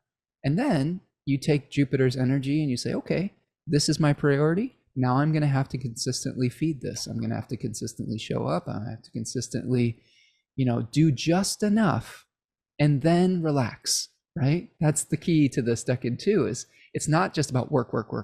It's like, I've worked enough for the day. Now I'm going to recharge the battery. Now I'm going to have some leisure time. This is one of the things I'm working on, is how do I create some leisure time in my life as I try to expand my reality? It's a difficult question, and it's a difficult thing that a lot of us struggle with in late stage capitalism, is how do we make time to really truly relax and not have to be on our grind and on our hustle all the time? Because if you constantly are go, you're going to burn yourself out, just like we've burned out the earth and the soil. If we don't let it rest, if we don't let the soil rest, you're not going to grow something that is nutritious anymore. All the vitamins are going to be leached out of it, right?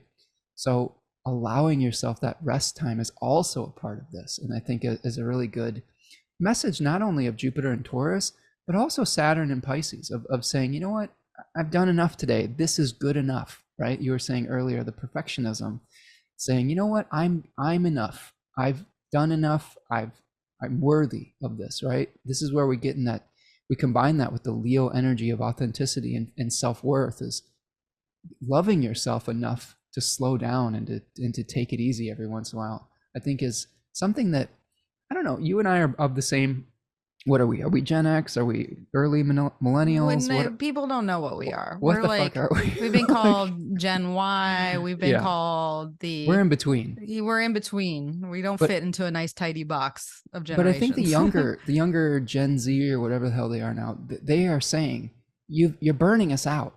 We need to be able to rest every once in a while. We need to have some time off so that we can be like nature. Nature isn't always, always growing every season. There are seasons of fallowness. There are seasons of hibernation and rest. And it's so it can store energy for the next cycle. So we need to get to normalize storing energy for our next cycles rather than the energy of depletion. Yeah. Well, and that might speak to just the just the cards associated with the full moon itself, right? You know, because we're Right. still in the 5 of Wands and that stress and that strife and that pressure. Gosh. And then Yeah. the 5 of Swords, which is, you know, the card of defeat.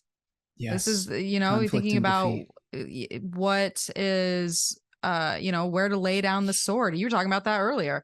You Yeah. know, where to lay down the sword, and when there is like it just because a lot of times I feel this card comes up a lot of times in my readings for other people when they're just trying to like continue to do this thing that is burning them out or is wearing them out or just not giving the dividends or not, but they just Right. won't put it down. They won't Yep. honor the fact that sometimes defeat is the best thing that can happen to you, because if you're like, you know what, that I'm defeated here and that's okay, it There's gives that freedom in that. It's opportunity. freedom. There is freedom in that. And Yeah. you know, think about it being Venus in Aquarius, right? I know that um I think I was reading Mel Meline was talking Yeah. about the you know, a lot of times we get caught up in sentimentality Mm, around things. And I feel totally. like you were just touching on that a little bit Sure. with like the hoarding kind of things.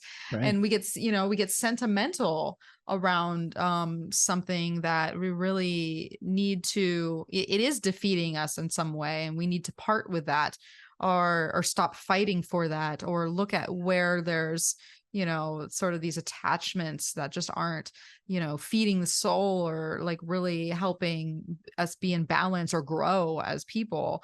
And so there could be like, even though this full moon to me looks like very much like moving forward, even if that means rest, right? There's Mm, progress there. There is yeah. that tension. I mean, with any full moon, there's going to be tension, but there is Sure. going to be something that comes to a head, especially with Mercury, Saturn, and then these kind of decans being activated, that might go through that story first in order to really get the momentum and the progress that then can come after that. Yeah. I agree. So so what a full moon. That's a nice full It's a moon. And big then one. really, yeah, it is a It'll be big one. angular for us too, so Yeah. we'll check in with you with how it's going. And Uh, so really, because so after that full moon, really we're just on the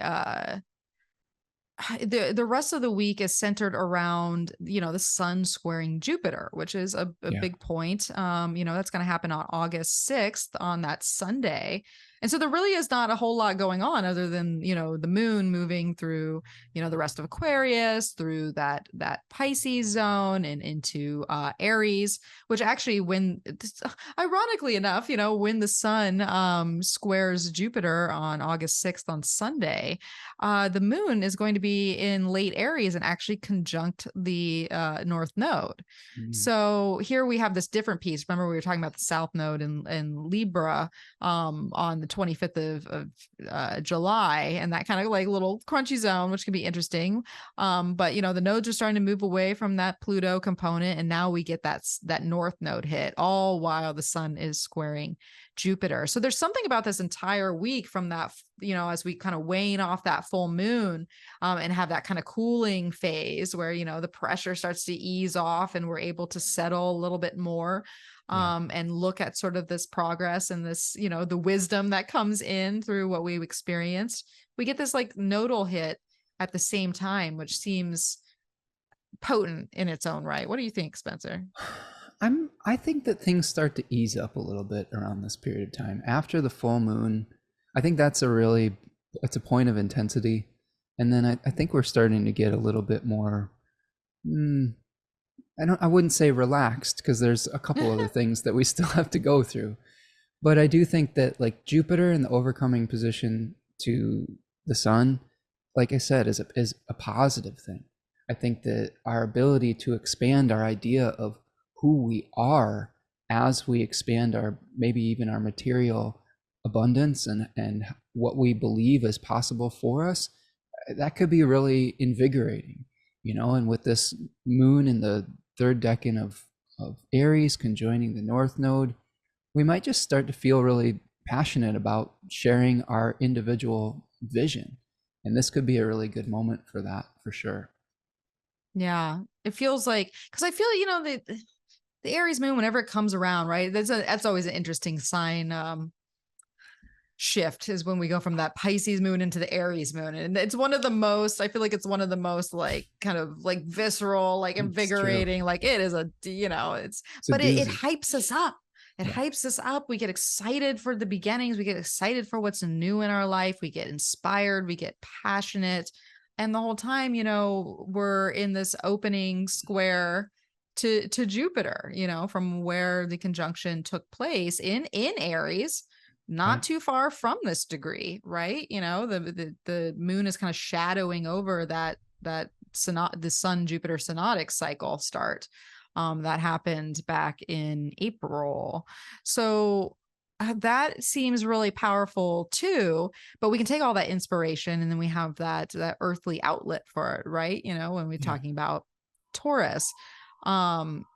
So it feels like, a beneficial week for progress and getting our minds on the future, what we're doing, making moves. And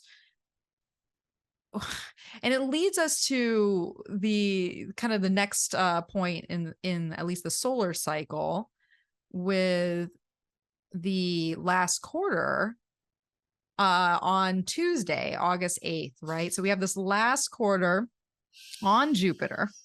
I like it too. Juicy. Well, it is juicy. So we have a last quarter on Jupiter, while Venus retrograde is saddling up to that second square with Uranus. And Mercury is also trining Jupiter. And Mars is still in orb too. And so this last quarter moon comes around and just activates that whole Mercury Mars piece.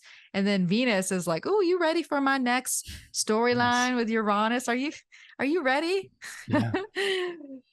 So, I feel like I really like this. Especially for practical matters, like this is a really embodied type of arrangement in the sky. I think the only challenge with this, especially with the moon Jupiter thing, is Venus is combust, which isn't always the best energy.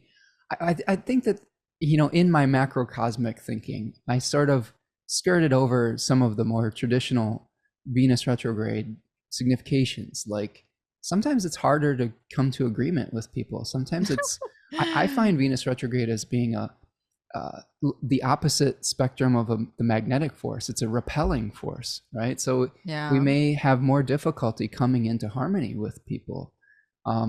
Also too, just the, like the kind of the Vogue magazine version of Venus retrograde is be really careful about starting relationships around this period of time, because somebody might not exactly be what they appear to be once Venus, turns direct.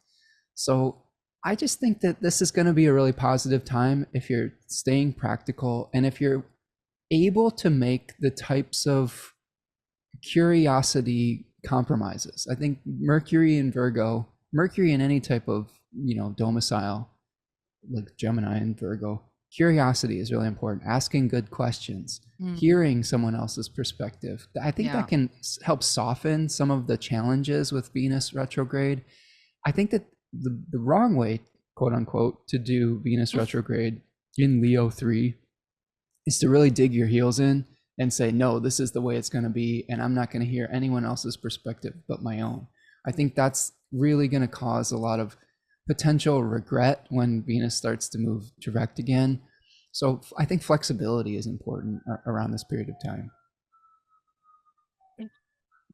I agree with that on some levels, but there's also part of me that's having only because the sun is also just in its domicile, which, doesn't mean it's always like the best thing. It's the most sunniest of suns you can possibly deal with. Because this is really fixed energy too. It's the middle decans of the fixed signs, right? Exactly. Yeah. So these are world points coming in too, because that's something to take into consideration. So there's probably going to be a very dynamic storyline taking place, early, August 7th, August 8th, August 9th, etc., just in the world sphere. But there is something to be said, right? Because if there's some, we're talking about this Venus retrograde in Leo and this place of authenticity and getting into your integrity, and that's, sovereignty. sometimes we have to be a little inflexible with our own desires, our own placement, or the things that we're coming to, right? Because Venus is about to be reborn in only a handful of days' time. So the kind of the awakening and the jarring loose that she's experiencing on an internal level, and maybe an external level as well. Sometimes we do, coming back to that 7 of Wands energy, where 7 of Wands can be defensive. It can hold up, it can build walls, it can be that inflexible, but it can also stand its ground and be like, you know what? I'm doing it different. You don't like that, but there's nothing I can do about that except be me and hold my place for it, I pulled an I Ching for our talk today too, for Leo season. And the I Ching is talking about what you're describing. I think that the key with authenticity, I think a really well developed Leonine personality doesn't always have to insist that their way is the right way. So I guess the challenge I would say with that is, yes, you have to know what your non-negotiables are, but you also have to, this is where the curiosity part of Mercury and Virgo and all that is, you also have to be able to respect other people's ability to be sovereign, to have their own visions. And how do we balance those two things out is, I think, one of the questions that comes up with this. But the I Ching hexagram though was number 11, which was peace, harmony between the heaven and earth on some level. There was one changing line. It says, fluttering down, he does not use his affluence on his neighbor. Without admonition, there is sincerity. So that line, and it's changing to great power. So we become empowered by doing this. It talks about not necessarily forcing something, not trying too hard, not flashing around your wealth or something like that. Being sincere. I think the biggest lesson I've learned as a Leo leader type person, because the sun is associated with leadership qualities as well, is that I can be allowed to be me without insisting that other people follow me, right? Without saying that you have to be exactly like me. Now, that doesn't mean we can't express what we believe. It just means that one of my favorite phrases lately has been, well, we'll agree to disagree, and I still love you, and I hope you still love me, and That's exactly what I was thinking in that moment. So this is perfect to bring up, right? Because standing your ground doesn't mean you have to convince someone to stand on your ground with you. There you go. Perfect. You can just stand your ground and agree. Yeah, agree to disagree, or give people that space to be like, you know what? We're not seeing eye to eye, but that doesn't mean I have to come to your side. And that doesn't mean you have to come to my side. And so, because we feel that tension, right? And Venus doesn't want that tension. She wants it on one side or the other. But in this moment, it's like, well, maybe it's not about, there's this element of growth that's taking place. And we're in fixed positions. And sometimes we have to agree to disagree. And I remember starting off my current partnership. I actually started off my current partnership during a Venus retrograde, which was a little hairy.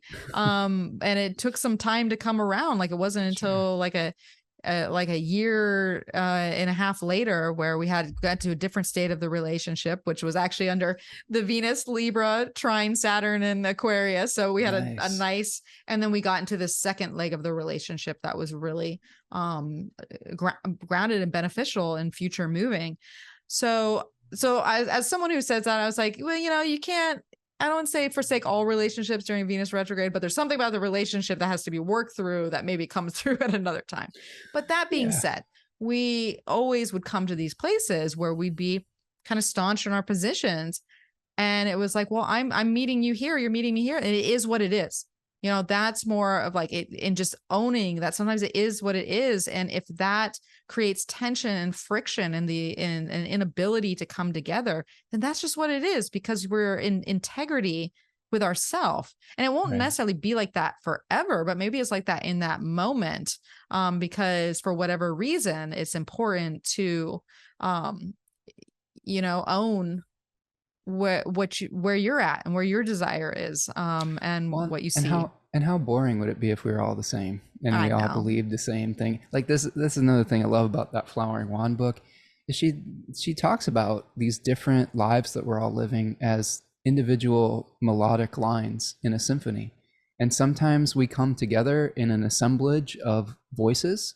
So, and sometimes it's temporary and we create some beautiful music together. Sometimes the music's a little bit dissonant, but there is harmony that can be created from very different types of instruments. Like, you know, we might be, our hill that we die on might sound like a trumpet, you know, like someone else's might be an oboe. And, you know, they find ways to coexist in that symphonic, you know, production.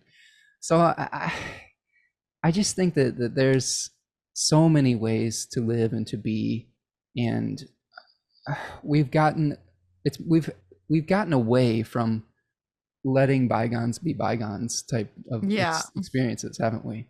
So that might be what's testing us during this period of time, is how can we believe in what we really are truly passionate about, and really figuring, you know, Mercury and Mars are going to help us to really discern, you know, in opposition to Saturn, what are those true things that we really are unwilling to budge on? What is our deal breakers? While also respecting the fact that other people have those things as well, and letting them have their own sovereignty as well. Yeah, and that's just not, it's not a personal issue. It's all, it's a world issue. It's like we're feeling it. We've been going through it for some time. Right. So there, you know, there's something about this last quarter being ruled by that Venus retrograde. Yeah. In, you know, combust in Leo that's squaring Uranus, that has this sort of turning point of how, back to what we were talking about earlier about how we're being embodied, you know, what our actual, you know, kind of physical material reality looks like, because it's going to play on, it's not just this passion and inspiration, it's going to play out on the earthly sphere, like something shifts and changes within routines or reality or jobs or finances or home life, property, you know, like something shifts within that, that is going to be very tangible in nature. So basically, let's see, where are my notes here? Where are my notes? So basically that kind of takes us to the Venus rebirth weekend, really. So let's get on over there with Venus. Let's do it. Let's have a Venus baby. Let's have a Venus baby. So August 13th, which is going to be a Sunday. I'm excited about here. This too. Yeah, I know. I'm excited about this. It's right on my ascendant, like pretty much conjunct my ascendant. I know, and it's conjunct my midheaven. So, nice. Yeah, we're both going to be experiencing this angular. Spencer and I are going to have to trade notes after this. But totally. So this is what's basically happening, is that the sun, and this is where Chiron comes back in the story, right? So Chiron, on that Saturday, I believe. Yeah. So Saturday, the 12th. So the sun trines Chiron. Then on the Sunday, we have that, you know, Venus inferior Cazimi, and she's the closest to the earth, right? We can't see her because she's, you know, in the heart of the sun. But she's very close to us proximity wise.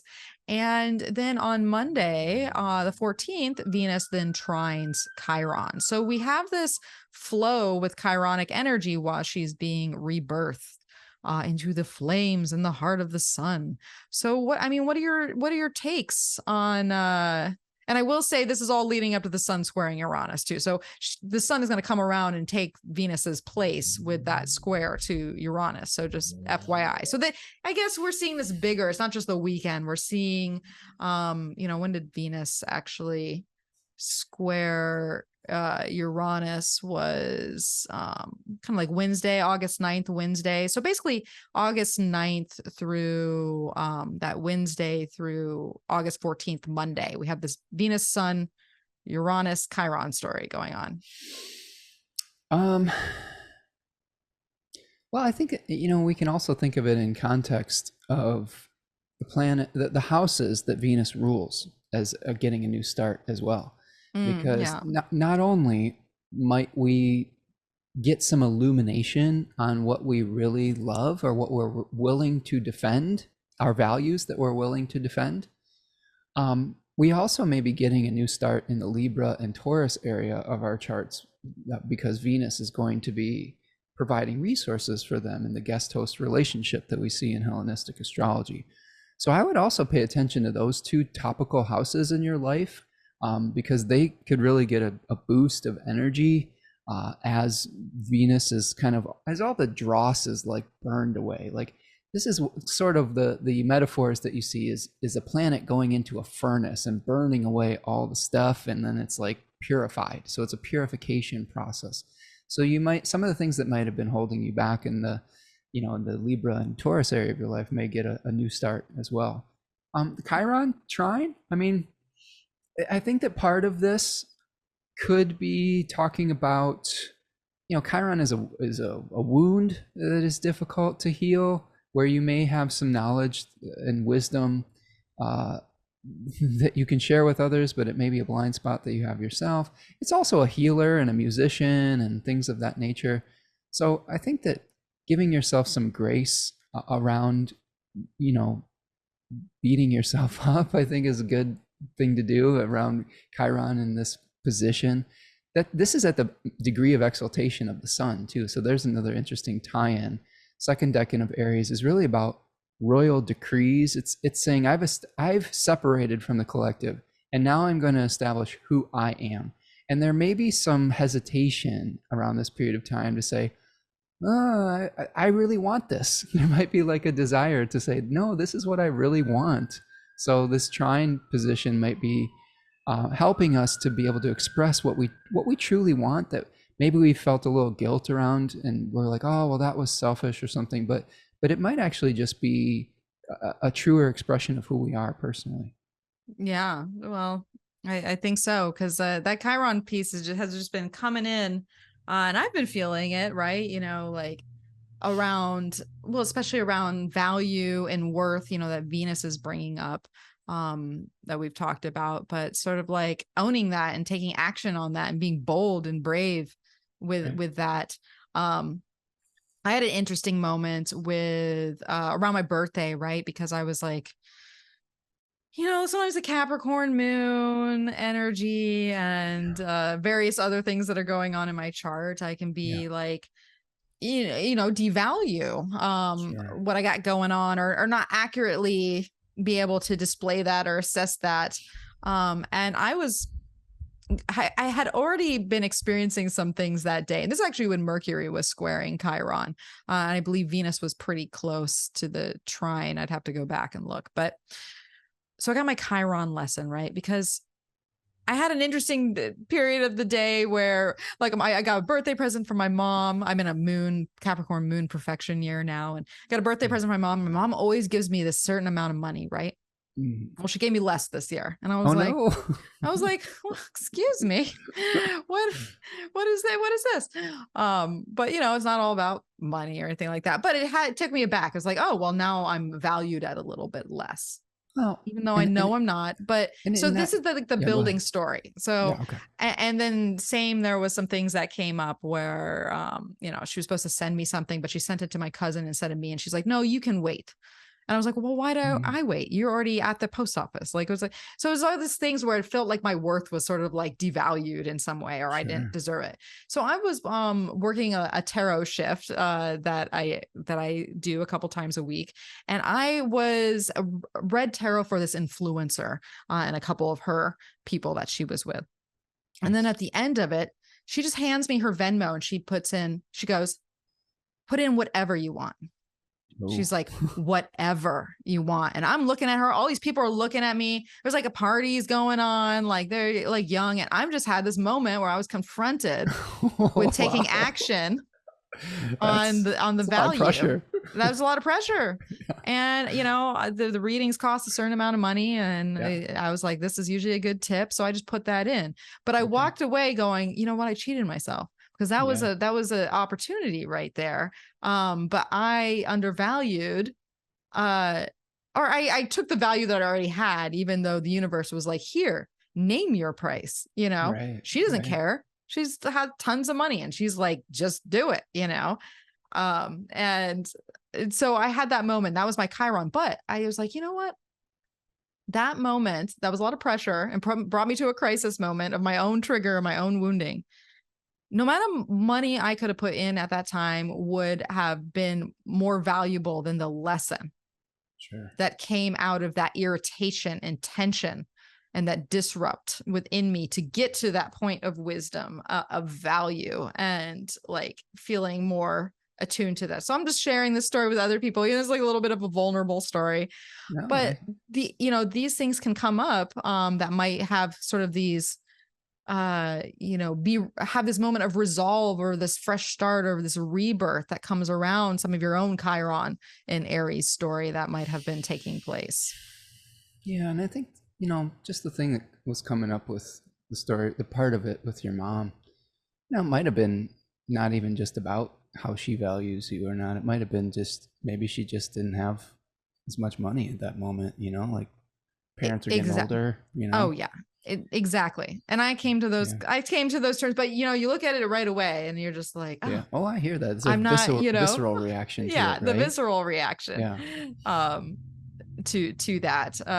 And so, but then it all came, she mailed me the thing that that's a whole longer story in its in itself that has to do with family dynamics are tough, Yeah, like family dynamics are tough. Yeah. But that Venmo story, I don't know what I would have done in that moment. Exactly. That's hard. And a lot of people, what would you do? Like and I was like, but what it came down to is I was asking her to name my value. Cause I'm like, no, you just put it in. But she was like, no, you put, I don't got time for that. Here, take this blank check, put in whatever you want. I guess my first thought that comes up is, how inebriated was she? Yeah. Like if you said it was a party, right? Like, yeah. Was she like super? Because that sounds like the action of a drunk person, of like name your price. She wasn't. I'm good for it. I mean, she wasn't crazy. Like it wasn't crazy, but she had a few. They have champagne towers there, so she was doing a champagne tower and cake. I think that you may have done maybe the right thing. I did the right thing. Yeah, because maybe when that influencer, I don't know what they do, but when they wake up the next day and you've put in like, a large figure, they were like, what the hell did I do? But it was more about that. It doesn't even matter about the money. It was like what it was triggering inside of me at that particular that's a good time. Reflection. That was the thing. So anyways, I'm just sharing that. I'm sharing that vulnerable moment with myself because, that's Chiron at work. Yeah, right. Totally, you get triggered. You get, it brings you somewhere, especially in Aries, it gets you irritated, gets you hot under the collar. And it gets you maybe feeling in crisis mode, where you're just consumed with that. But there's the wisdom. There's the wisdom that's so valuable on the other side of it. My experience with that type of thing recently is just that, as far as assigning value, I've been, going through a situation where my responsibilities have shifted, and it's encouraged me to say, well, maybe I can expand what vision I had of what was possible for my value. And I think that if we're responding to, not just internal stimuli, but external stimuli, let's say there's a reason for you to increase your ability to be a channel for abundance because you want to be able to do this specific thing that is of value to you. Like maybe you have a family member that you're responsible for. Maybe you have extra bills that are coming. Like those are just things where being able to meet the moment, I think, is part of that also, and say, well, it's not just about what do I want and because when we start assigning dollar figures to ourselves and our characters, I think we're off path. I don't think that's the real thing. I think it's more like, do we want to allow ourselves to be able to have the life that is, or do we feel worthy, of having happiness? And happiness can mean a lot of different things. Wealth means a lot of different things too. To me, I've always been a big proponent of being time wealthy, being health wealthy. And I've made some decisions in the recent past that were in favor of my mental health, where I had to let some things go financially that were bringing me a lot of stress.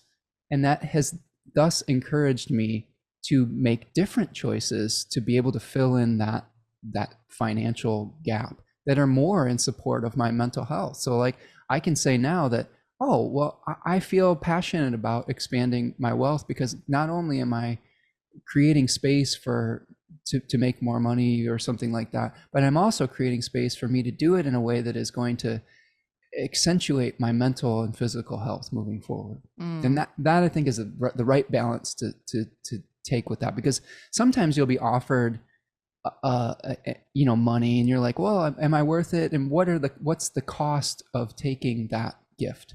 Like if you had let's say you had taken a larger piece, maybe there would have been a cost later of the hassle of that person sobering up and being angry about it. So who knows? Maybe you saved yourself your mental health, right? Maybe so. But you're worth it, Mel. I think. But you're worth it. I know I'm worth it.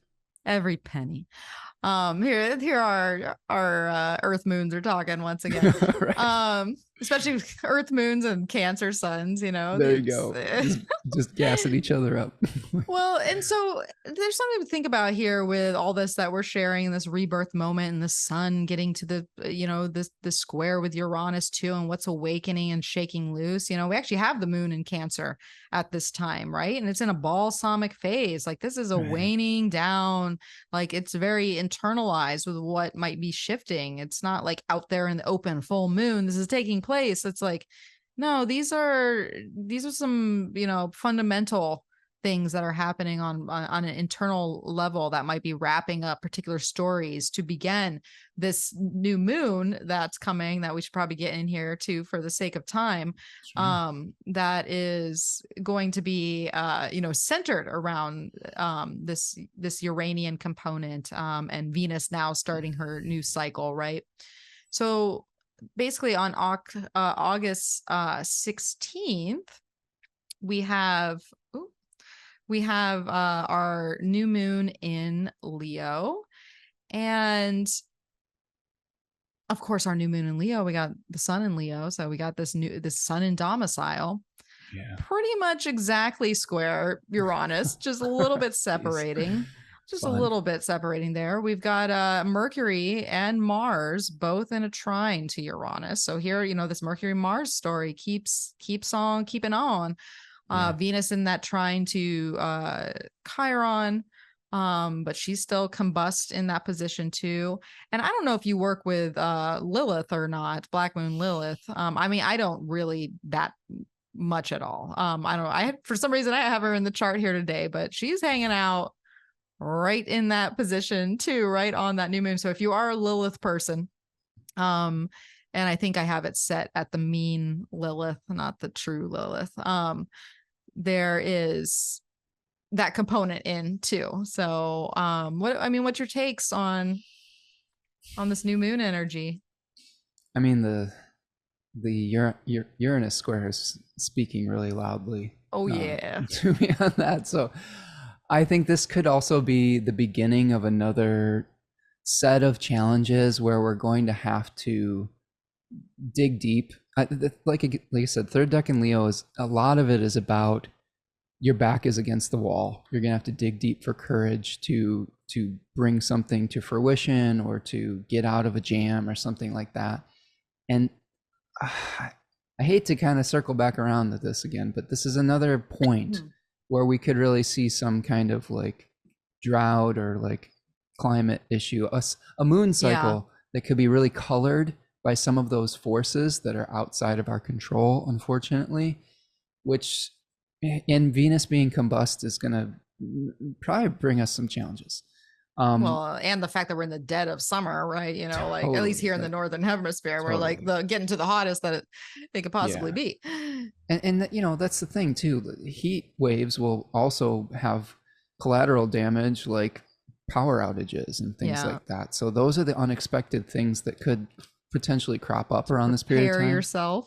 Right. Be prepared. I say that with all the love in my heart. Like the more that you can be prepared for some of this without going too far. I don't think you have to like have a bunker in the middle of Montana or something, but but if that's your thing, that's fine. But I don't go to that extreme, but there's some common sense things that you can do, like know your emergency plans, like if you have pets, know where their carriers are, things like that. Like maybe have a backup power source, things like that, emergency food, something like that. But I'm looking also at Mars trining Uranus here, and that's really sticking out to me as well. And Mars is hanging out in the decan of Virgo that is related to leaving and passing on a legacy. Mars is going to be really close to a fixed star called Alkes, which is in the constellation Crater. So this is the cup of Apollo. So like passing on divine wisdom, like containing something. So this also could be about what is the legacy that you want to pass on as well, right? I think that Leo, the sun also represents the divine and eternity, whereas the moon sometimes in ancient Hellenistic astrology represents change in like temporal nature. So this might be a moment where you're trying to figure out what type of legacy you want to pass on, and that in turn is all about what beliefs are you wanting to defend, what beliefs are you going to stick to, okay? But yeah, there's this opposition too forming from Mars to Neptune also. Yeah. So make sure that the legacy that you're getting attached to is, not blinded by illusion or something of that nature. Yeah. Well, it just makes me think of like all the things that we were talking about earlier about paring down, and that sort of release component, and maybe that sort of even like tower-like quality that can come with the Uranian component, even though it's a Mars, ruled card. And then also just thinking about like if we are in certain points of crisis for whatever reason, it's like how able are we to like go with the flow of that and maybe sacrifice some things that comforts or things that we're used to having, or being compassionate to the people around us or the situation as a whole, where we're not coming from this point of ego and we have to like kind of deal with like these bigger things that are taking place. And that could be in like a natural disaster or a heat wave, but that could just be in like components of your daily life, And Mel, I think it's worth pointing out that, as astrologers and as people who follow astrology, sometimes we can see aspects and we can get a lot of anxiety around it. And I hope that what we're doing today isn't producing that, because a lot of the times you will see an aspect like Mars, Uranus, or something like that. And depending on if that planet is activated in your chart or not, as a Time Lord, there's different techniques to activate a specific planet. Yeah. You may or may not feel that, the worst case scenario. So I think that the way to prepare for something like this when you see it is to just leave a little bit of extra space in your life, right? To be able to adjust to circumstances. Because as you and I have discussed, Uranus surprises you. Even as astrologers, we could like unpack some of the meaning. And then I've always looked back on some Uranus things. I was like, shit, I didn't see that coming. That was like, well, you that's got just me the again. nature of Uranus, Uranus, yeah. So I think just leaving some extra space in your life, like going slower, like the turtle suggests, like during Mars Uranus, like for example, I made sure that I gave myself extra time if I left the house to drive for an errand. So I knew that I wasn't going to rush to get where I needed to go and increase the chances that I would have an accident. Or like I told my dad, I was like, he was going to visit me during Mars Uranus. I was like, you don't have to speed here. Just take your time. If you get backed up or something, it's not a big deal, right? So taking extra time, giving yourself extra space, having something in the back of your mind to, saying, okay, I know that if this happens, I have this plan, without getting so tense about it that you actually call in the challenge that we're talking about here, right? So it's a balance point, right?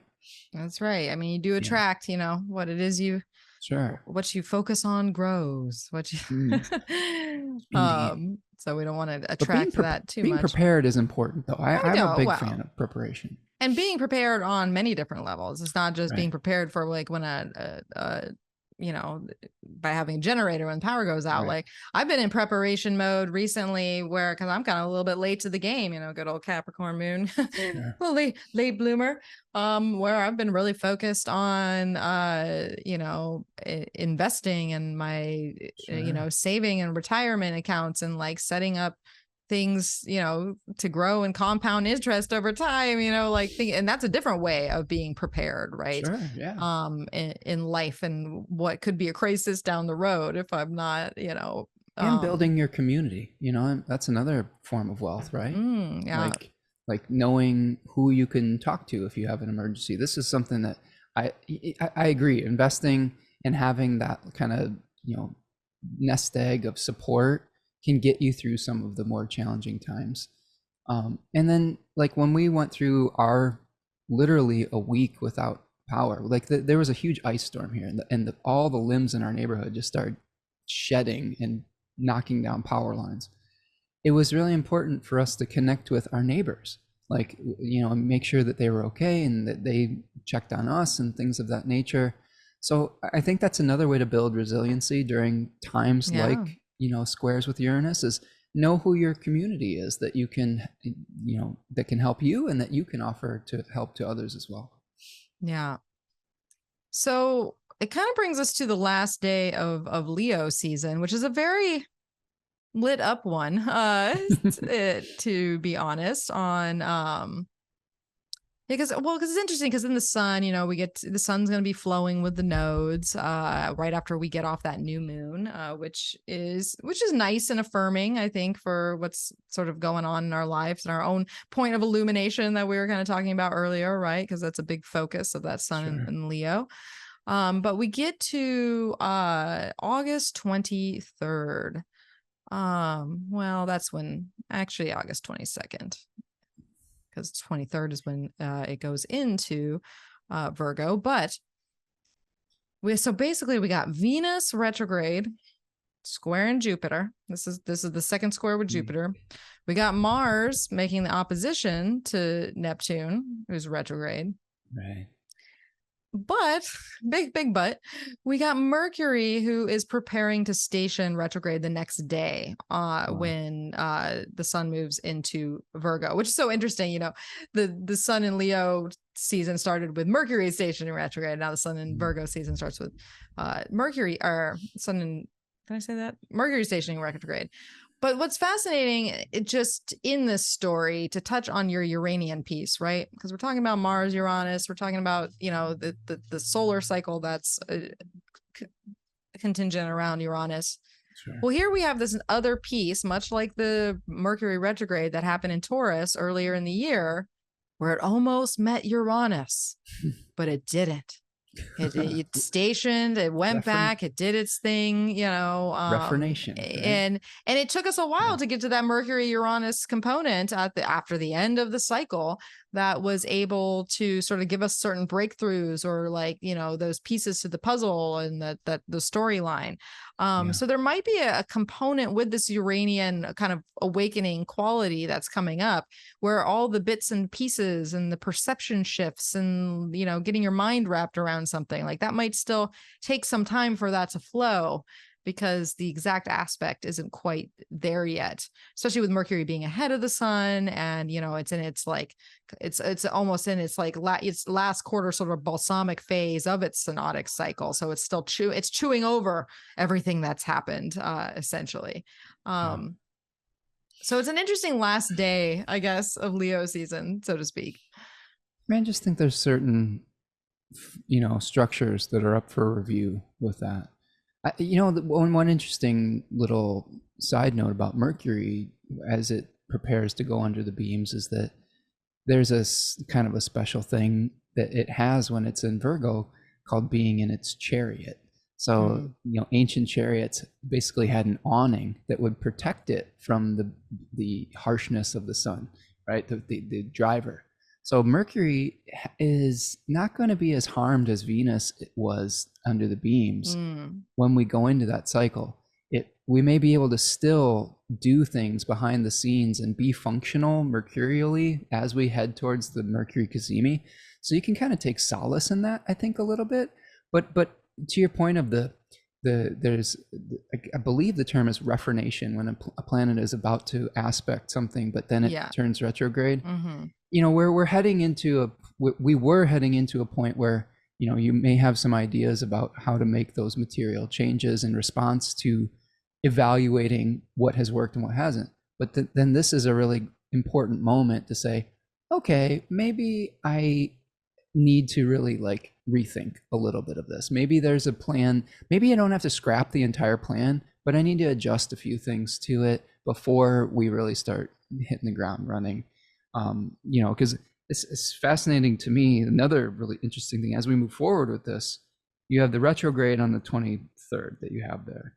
You have it stationing, Venus stations direct on the 3rd of September, just as Jupiter stations retrograde on September 4th. So it's like handing over this retrograde stuff. And I'm sure you'll talk about that in your Virgo season, but it's just fascinating that there's going to be like this handing over of review to another planet as we're going through this. Yeah. Well, and especially because Venus and Mercury both are tied into Jupiter in there in the whole cycle. Like there's this bigger, you know, this bigger component that is taking place. So, yeah, it's an interesting spot to land on. That can be a little diffusive, can have us looking at, you know, the future of like relationships or how we're growing in ourselves and our own love and value and sense of balance, and where that might be skewed in some ways too. You know, Venus and Jupiter getting together are always a little extra. Right. So there's that. So especially so I would say in the last day, you know, especially with Mercury stationing, it's like don't party too hardy, because, you know, Mercury or Mars and Neptune, and then Venus and Jupiter. It is a Tuesday after all, folks. You know, you kind of in the beginning of school and stuff like that. Like, yeah, it's just, but those fuzzy details coming in, like with Mars Neptune oppositions. For me, I think I've told you this on the show before, but Neptune to me, I get sort of malefic vibes in my own life, like especially as it's gone through Pisces this whole time, because every time a planet hits Neptune, I just melt into a puddle onto the floor on some level. So this might be what Mars is figuring out here, trying to deal with, is like, we may just want to break. Exactly. Back to what you were saying earlier. Right. Just take it easy. You don't have to force things during, especially with like the Scorpio moon too. We might not be feeling at our best because we've just been going through a lot in August here. So we just hit the South Node again, right? In Libra. So yeah, might need a breather. Might need just a relax. Might need some vacation. Maybe some folks are on vacation. Get that one last vacation in before, you know, we're back to business. And to bring it full circle to like the writer's strike and the actor's strike, maybe that's an opportunity to revisit some old things that we are already in existence. Like, you know, maybe going back and watching an old classic movie or TV show or something that you loved in the past. I've been watching Parks and Rec recently, and this rewatching that, which is sort of my comfort food show. I don't know if you have those types of things, but we all do. You know, all Venus cancers do. Right, totally. But Venus retrograde might be an opportunity to like revisit old things that we loved, just to maybe get a new perspective on it as well. That's another kind of signification that we could really take away from this too, is, you know, sometimes when we see things we nostalgize, is that a word? I don't know. we are nostalgic about, we think about the effect it had on us at a different point in our lives, and seeing if things hold up as we become adults is a really fascinating thing. One thing that I will say, just this is what's coming to my mind, one thing that does kind of hold up, you know, I was revisiting Thundercats. Do you remember Thundercats? Oh, I do remember Thundercats. Like, I was watching Thundercats. I was like, this is pretty good. You know, I could get hip with this. You know, they were doing some interesting things here. So, but some things don't hold up, and so, and I don't. Nothing's immediately coming to mind, but I think it's good to be able to reevaluate what you love and see things from a different lens around this period of time. I love that. All right. Well, you know, I think we did a treatment. So that brings us to our, you know, Spencer, if you had one word to describe Leo season, what's it gonna be? Oh boy, that's a toughie. Um, I think review is one that comes. Resilience, I think, is another one. Review and resiliency, um, or the hill, I guess, right? The Like hill, the the hill. hill that you may or may not die on. Sure. Yeah. What about you? What do you got That's for so a funny. word? Um, well, I think that's a weird word that just popped in. It was truth. I like that. For some reason that came in, like I got just the image of like sort of the justice card, and that could be all the south node we were talking about in the Yeah. Pluto Yeah. position there. Oh, Venus and Jupiter, I guess. Well, I think to expand upon truth is more about, could be that authenticity piece or that integrity piece, more about the Yeah. truth of you. Like what's your truth? Integrity is a good one for Yeah, this. integrity. Just piggybacking off of that, integrity to me, and it's my studies of the I Ching too. It's conformity between your inner self and your outer expression, and I think that that's one of the really true missions of Leo as well. Is how can you allow yourself to be who you feel you are inside externally and have those things Yeah. match up, right? Yeah, absolutely. So I think we're all trying to get there. We're all doing our best. And remember that Yeah. everyone else is doing their best too. That's true. And Just giving people grace is super yeah, important, especially maybe with Venus that's one of the, retrograde. maybe that's one of the words too. Grace. Right. We're just, how Give, many gi- words do we got here? assume positive intent and Yeah. realize that other people are going through stuff, and just compassion is another one I think would be good for this period of time. Who does the Grail serve would be a great question.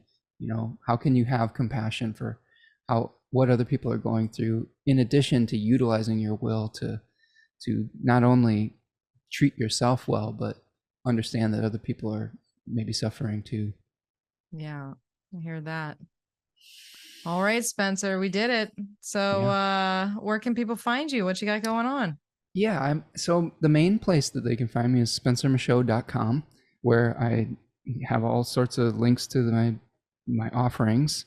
I'm on YouTube as Spencer Michaud Astrology, and I am on Instagram, Twitter, and Threads as @Spencer Michaud. I have an email list you can sign up for. I always do a weekly update where I've been kind of examining, been doing some stuff with music on there. So if you're into music and astrology, there's some extra bonuses in there. I also been doing guided group studies where I do classes on various texts, like I did the Flowering Wand. We're doing one on tarot right now, and I also have some webinars for sale on my website as well. I did a deep dive into the decans in the past year, and also recently did a talk for Nightlight on stars and cards, which is the ability of utilizing tarot within astrological readings as well. Very cool. So, of course, I will share all Spencer's information over at energeticprinciples.com. So you can find him and his offerings and find me and my offerings because, I do personal consultations and things of that like. And what I've really been working on, other than, consultations, doing my newsletter. If you're not signed up for the Heavenly Wind, sign up. But what I've really been working on, and Spencer let the cat out of the bag a little bit, but no, he was like, I said I was going to use some things, but I have been working on a tarot deck with my good friend Sarah Jane Lambert, who is an amazing artist. So we have teamed up with on my concept. I'm the concept writer woman, and then That's she nice. is just the illustrator extraordinaire. And we have created a deck called Tarot of Her that is about to go to Kickstarter soon. It's a circular deck. Here's a preview of Strength. Beautiful. There Nice. for our Leo season. Which way do we go? I don't know, the camera. I know. I always do that. Yeah. And so this it's gonna be a 79 card deck that is actually based on the on plants and Mother Earth, right? So we Love have it. suits that are aligned with the plant life, where the blooms are the fire, right? Because the fire of a plant is in its flower, its bloom. We have stems as the cups because that's the water of the plant. We have leaves as our swords or our air suit because that is where the air filters in and out of the plant, and the plant protects itself from the wind through the whistling of the leaves. And then, of course, the roots, which are the earth component. So we are going to be kickstarting that soon, which I'm very excited about. So I'm putting it all together as we speak. So That's stay awesome. tuned for that. And so if you're a tarot person, you're not going to want to miss it. It's going to be pretty special. So that's our cat out of the bag. Boop, boop, boop, Love boop, it. boop. I love the the process of creating a deck, just observing it. I haven't done so myself, but you really get into depth with those images, don't you? Oh yeah, it took we've been talking about it for well over a decade. We've been working on it for almost 3 years now, so it's been a long time coming, and we are finally at the point of manifestation. There's that Nice. Taurus energy, the Leo Taurus energy, right? It's rising up. It's about time here. So you can come on down to energeticprinciples.com. You can find me on Energetic Principles at Instagram, and I'll be sharing more of this.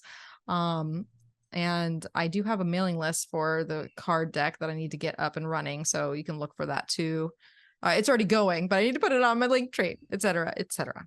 I would be remiss not to mention that I am running a sale on Leo Decan's webinar for Leo season. So yeah, in alignment with Jupiter and Taurus and the generosity part. So I hope that will help. So if you're interested in learning more about tarot, that's on sale for the entirety of Leo season also. And Spencer's webinars were great on the I'm just thorough. You're not going to want to miss them. So it is a good deal. Get in there, find out more about Leo, because there's always lots to learn, right? When's your Kickstarter launching?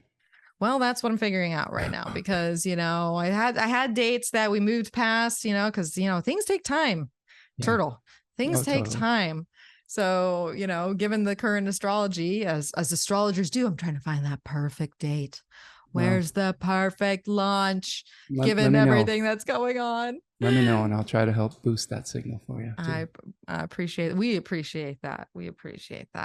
So, all right. Well, if you liked what you heard here today, spread the good word, share the podcast with a friend, leave a review wherever you're listening to this. If you're listening through podcast channels, if you're watching here on YouTube, leave a comment below. Tell us what you think Leo season is going to be like, what your take is on sort of the Leo Taurus dynamic, or Venus retrograde, or just anything that we talked about. We'd love to hear more about what you're experiencing, what you think. And praise, of course, our Leo planets, but not like we're looking for validation or anything. It's not like that's happening. Just hand us your Venmo and tell us to type in a number. Oh my goodness. So all right. Well, I think that's it. Well, Spencer, it's always such a pleasure to host you on the podcast. Thank you for joining me again. Oh, thanks for inviting me. It's always a fun experience, and I really enjoy talking with you, Mel. So thanks again for having me. All right. And we enjoy speaking to you. So hopefully you are living it up out there in summer season. Well, I guess if you're here in the northern hemisphere, or living it up wherever you are, right? Because Leo season is about to begin. So good luck, everyone. And as always, may the stars be with you.